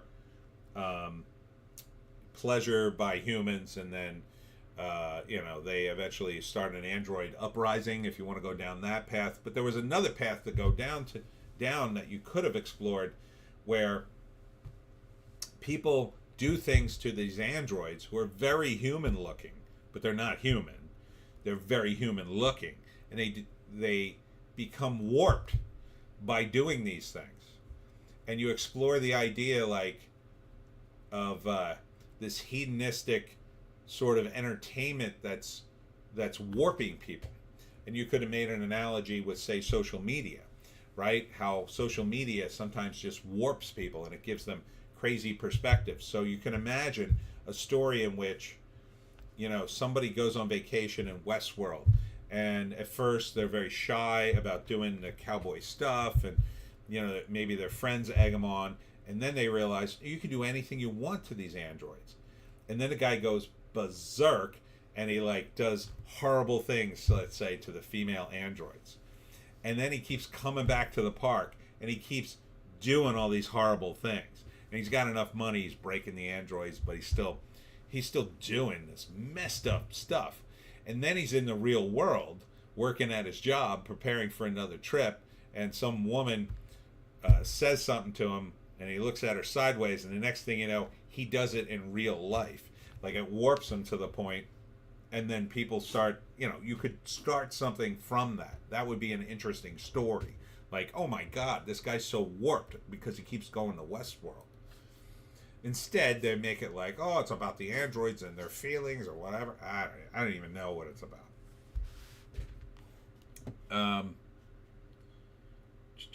Indie Phantom. Oh, that sounds like a funny South Park. Oh, it was good. Because the bad guy in it is Robert Redford. It's really funny. Holly is here. Westworld lost me after season 2. Yep.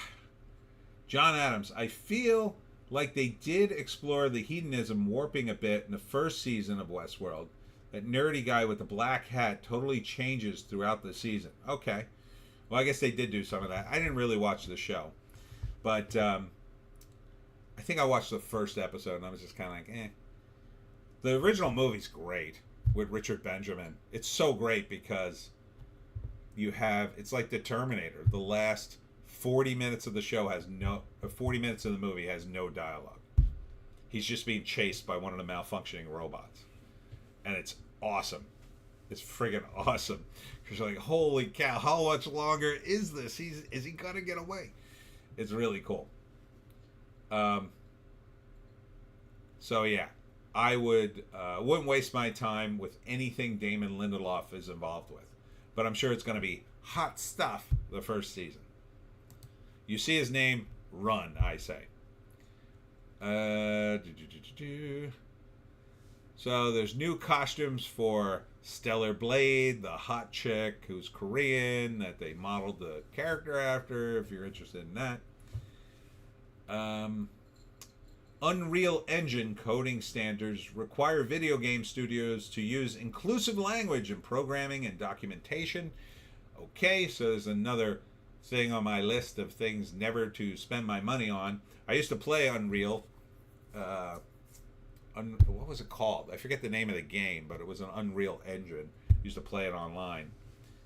It was kind of like Doom. Indie Phantom Westworld movie rocks. Okay, let's see. Mainstream media criticizes The Apprentice biopic for making Donald Trump look too sympathetic. I don't know if I could say this on a live stream, but in the movie, the younger Trump, played by Sebastian Stan, Bucky, sexually assaults his wife. So I'm pretty sure that you're being hyperbolic, mainstream media, but apparently it won no awards at Cannes and doesn't have distribution as of yet.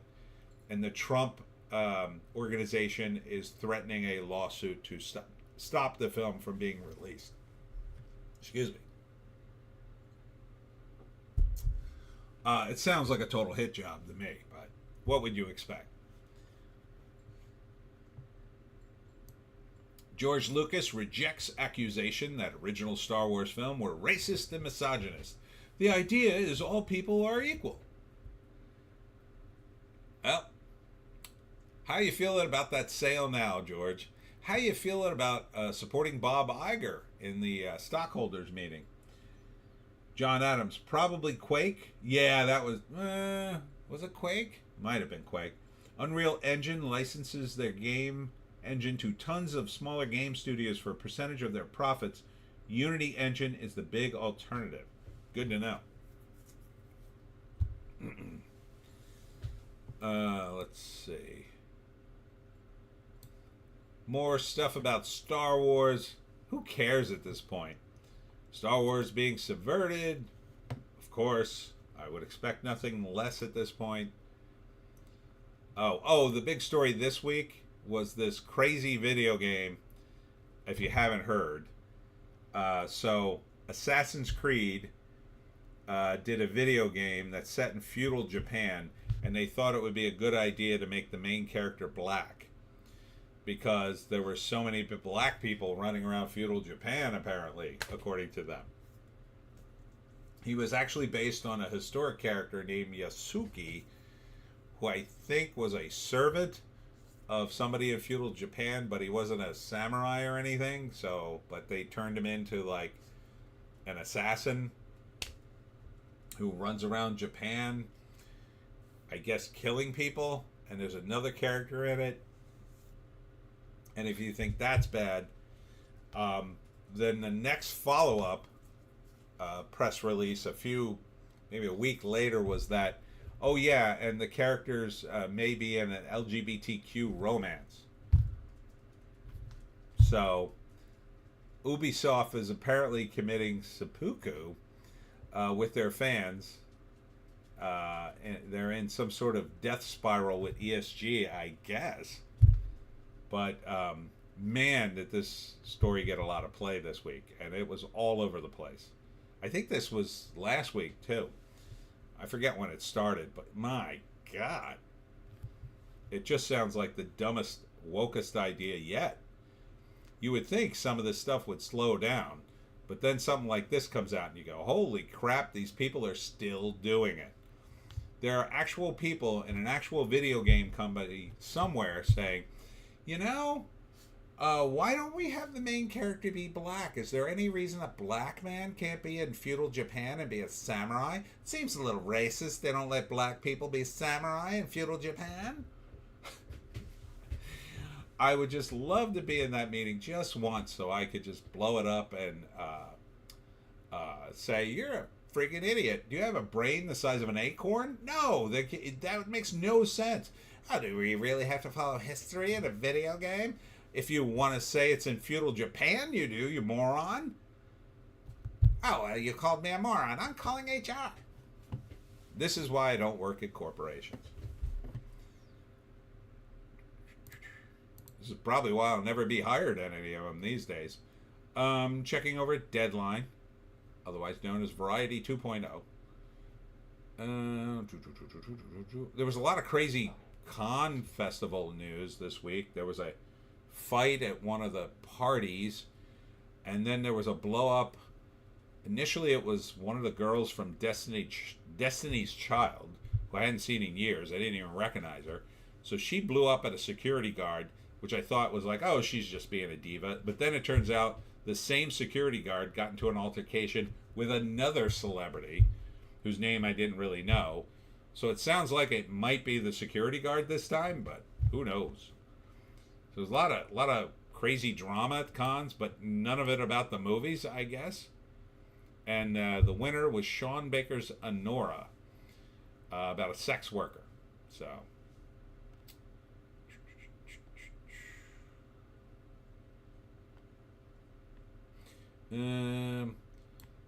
yeah, this, and then another death was this 30-year-old golf star who died suddenly, and I thought, oh God, it had to be the you-know-what, but turns out he self-deleted, so that's very sad.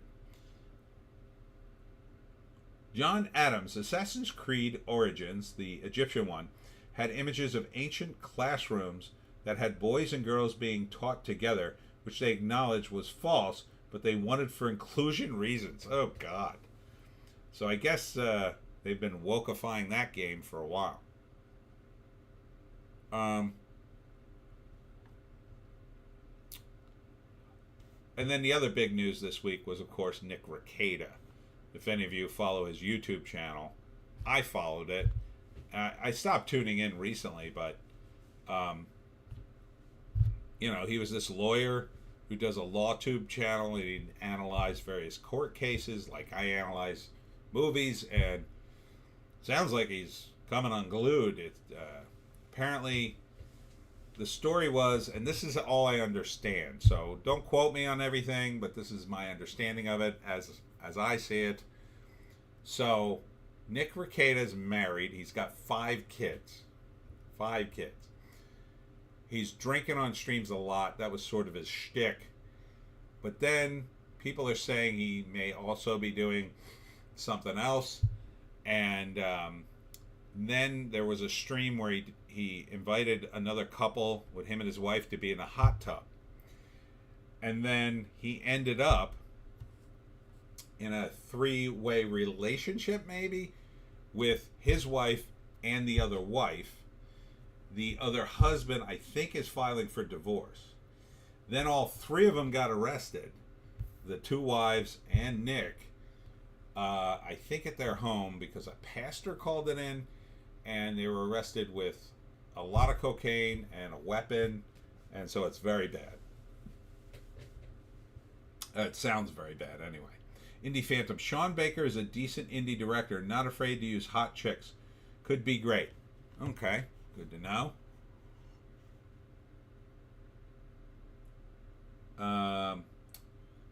Indie Phantom. Nick needs to switch to iced tea. I would recommend. Yes. Okay. Liam Hemsworth is now the lead in The Witcher, if anybody cares. He took over Henry Cavill's job. I don't know why they even bothered. But they probably had some contractual obligations they had to finish and thought, well, maybe this will work. If we get half as many viewers, it'll work or something like that.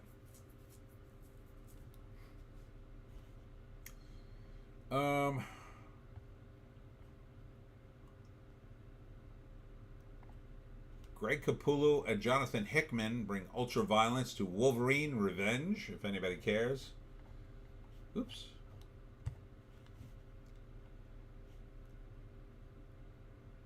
And James Gunn's Superman, not Spider-Man.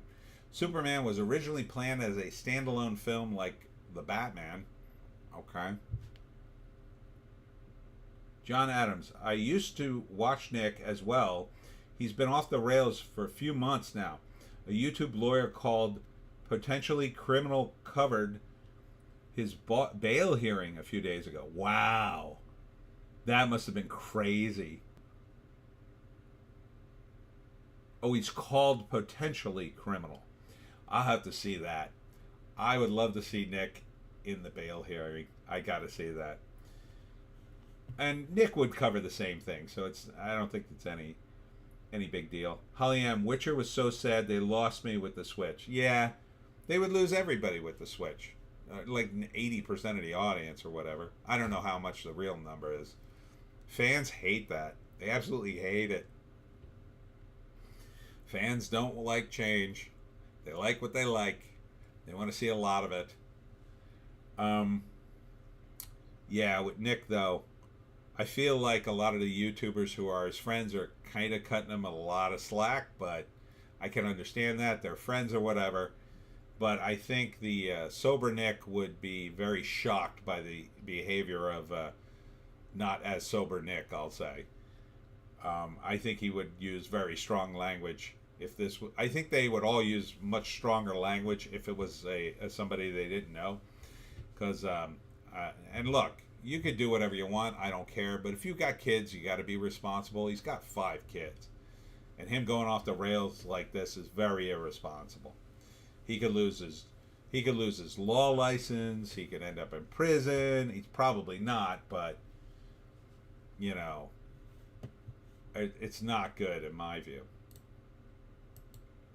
I'm not saying the other guys think it's good, but I think they're kind of soft pedaling it a little bit. All right, over at the Wrap. Is there anything good in the Wrap? Probably not. I think I might have to go take some allergy medicine at this point. Oh, do I even have any? Oh, no. I might have to run to the drugstore. Sean Baker shades streamers while calling on Hollywood to keep cinema alive in rousing Kane's speech. Okay. Maybe. I don't know if that's going to do much. But sure, good for you. And finally, Cosmic Book News, Furiosa bombing at the box office. I don't know if you could say a bomb yet, but yeah, it's looking that way. Venom 3 wild plot leaks involve Spider-Man. Well, that's good, if that's true. I didn't hear that. I would like to see Spider-Man. Here it is. James Gunn confirms Green Lantern writers Damon Lindelof, Chris Monday. Oh, James Gunn made this decision. That does not bode well for your decision making. This is like when Trump was hiring people the first term. Bad hire, I would say. Blade delayed again on writer number 7. Significant revisions adding male villain. Oh my goodness. Again, bring back Wesley.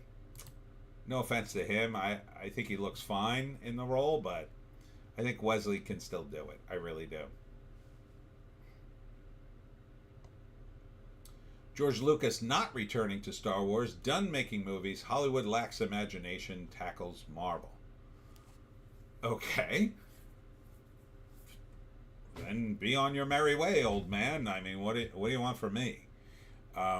You took your money. You took your payout. Why do you keep talking? Who the hell wants to hear from you if you're out? I mean, look at what your legacy has turned into. All for what? So you have a bunch of money? For what? Are they going to bury you with it? I mean, what did all that money do for you, George? Did you want to buy more islands? I mean, you know who did it right? Zemeckis. Zemeckis with Back to the Future. They had it in their contract, I believe, no reboots. Can't do a reboot of Back to the Future. Probably not as long as he's alive, anyway. After he's dead, probably all bets are off. But at least while he's alive, you're not going to see a Back to the Future reboot. I think that's good. I think those movies are solid enough. He's got a legacy. It's not been ruined. They did a cartoon with further adventures, such that it was. But I don't think you'd want to see a Back to the Future universe with more adventures. I really don't think you want to see that. I think you definitely don't want to see a reboot. That's not going to work for a lot of reasons. Indie Phantom breaking George Lucas to option the Pineys. Yeah. He sounds like he's at the end, of his rope in terms of, I'm done with Hollywood. I mean, all these guys, what are you going to do? They look, and a lot of it's ego too. That's the only way you can get to these vaulted positions. It's not only you have to be talented, not only do you have to know who you know and make some movies and catch some breaks, but you have to have a big ego. You have to be able to stand in a room and go, no, everybody shut up. Everybody shut up and listen to me. This is what we're doing. You do this, you do that, you go over there, and you shut up, you're fired. Like, you have to be able to do that to a certain extent. And he can do that to a certain extent. He's not as forceful as most guys in Hollywood, I think. I think he's more of a, just his personality, he's more of a passive-aggressive, I feel. Maybe that's what screwed up Kathleen Kennedy and made her wholly evil, in my view. I'm just joking. I'm just joking, by the way. Just joking. I'm not joking. No, that's just my opinion. I'm doing a bit. Relax. Don't sue me. But yeah, it'd be great to have somebody with money. The Jennifer Lopez movie Atlas, which I also looked at for a trailer review, and I thought it looked terrible. But it gets worse because there's an actual scene in it when Jennifer Lopez meets the AI, which is this like battle mech. The AI controls a battle mech, which she rides around with in the movie, and it has a pronoun discussion. So, John Adams, I tried watching Atlas the other night, and I was rooting for the villain within the first 15 minutes or so. Yeah, it just doesn't look good. George Lucas never did the little indie flicks he kept gloating about. Coppola put his money where his mouth was. Yeah, that's why I like Coppola. I don't know if Megalopolis is going to be any good, but I'd give it a chance. If Lucas came back today with another project, I'd be like, maybe. I'll wait for the reviews. And Reacher Season 3 cast the Dutch giant Olivier Richters as the villain. Now, he is even bigger than Alan Richson, if you can imagine. I believe he's 7 foot. Richson is 6'2", I think, but Reacher, the character, is 6'5", so they put him in lifts. Yeah, he's 7'2". So this will be an interesting matchup.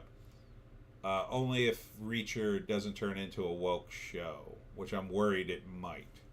Between Alan Richson's statements on politics and last season's so-so script, I'm a little worried about this show. The first season's so good. So I hope they don't screw this up, but this gives me a little bit of hope, so maybe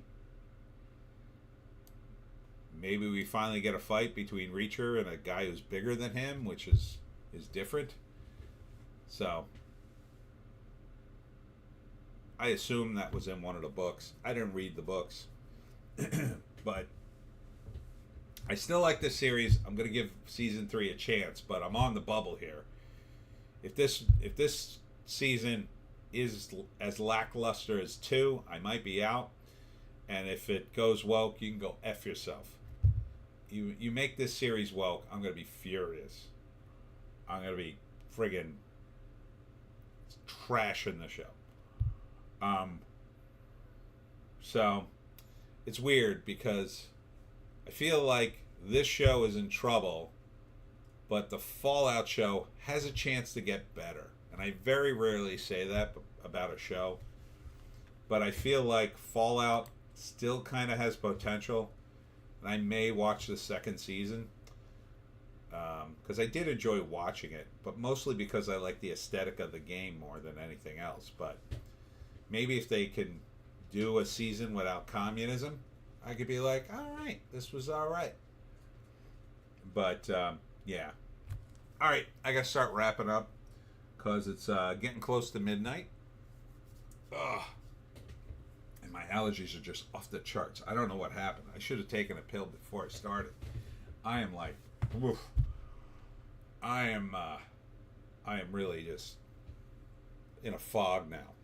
So I don't know what hit me. It's probably the temperature and the rain. I'm gonna have to take Joan on the WALK.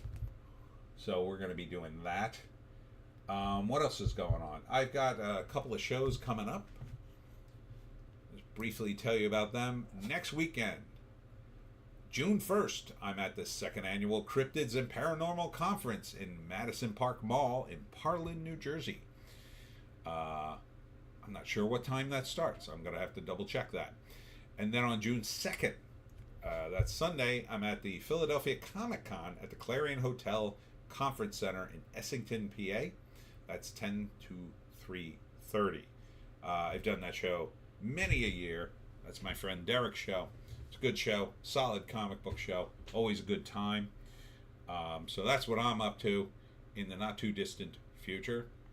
And so I hope you guys, I might do a live stream tomorrow. I might.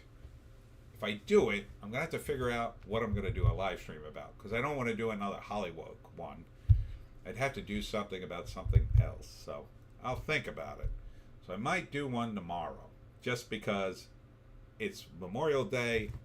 I might be rained out. I might be stuck home in the rain and nothing to do. I can't call people. I might just write. Yeah, think about that. Yeah, I should probably do that. Yeah, get something done, Tony. Why don't you write your damn stories? Yeah, that's a good idea, Tony. Thank you, Tony. But maybe I'll do like a quick live stream. Maybe I'll just do an hour. Maybe we'll do a political one. Ooh, that'll get me in trouble.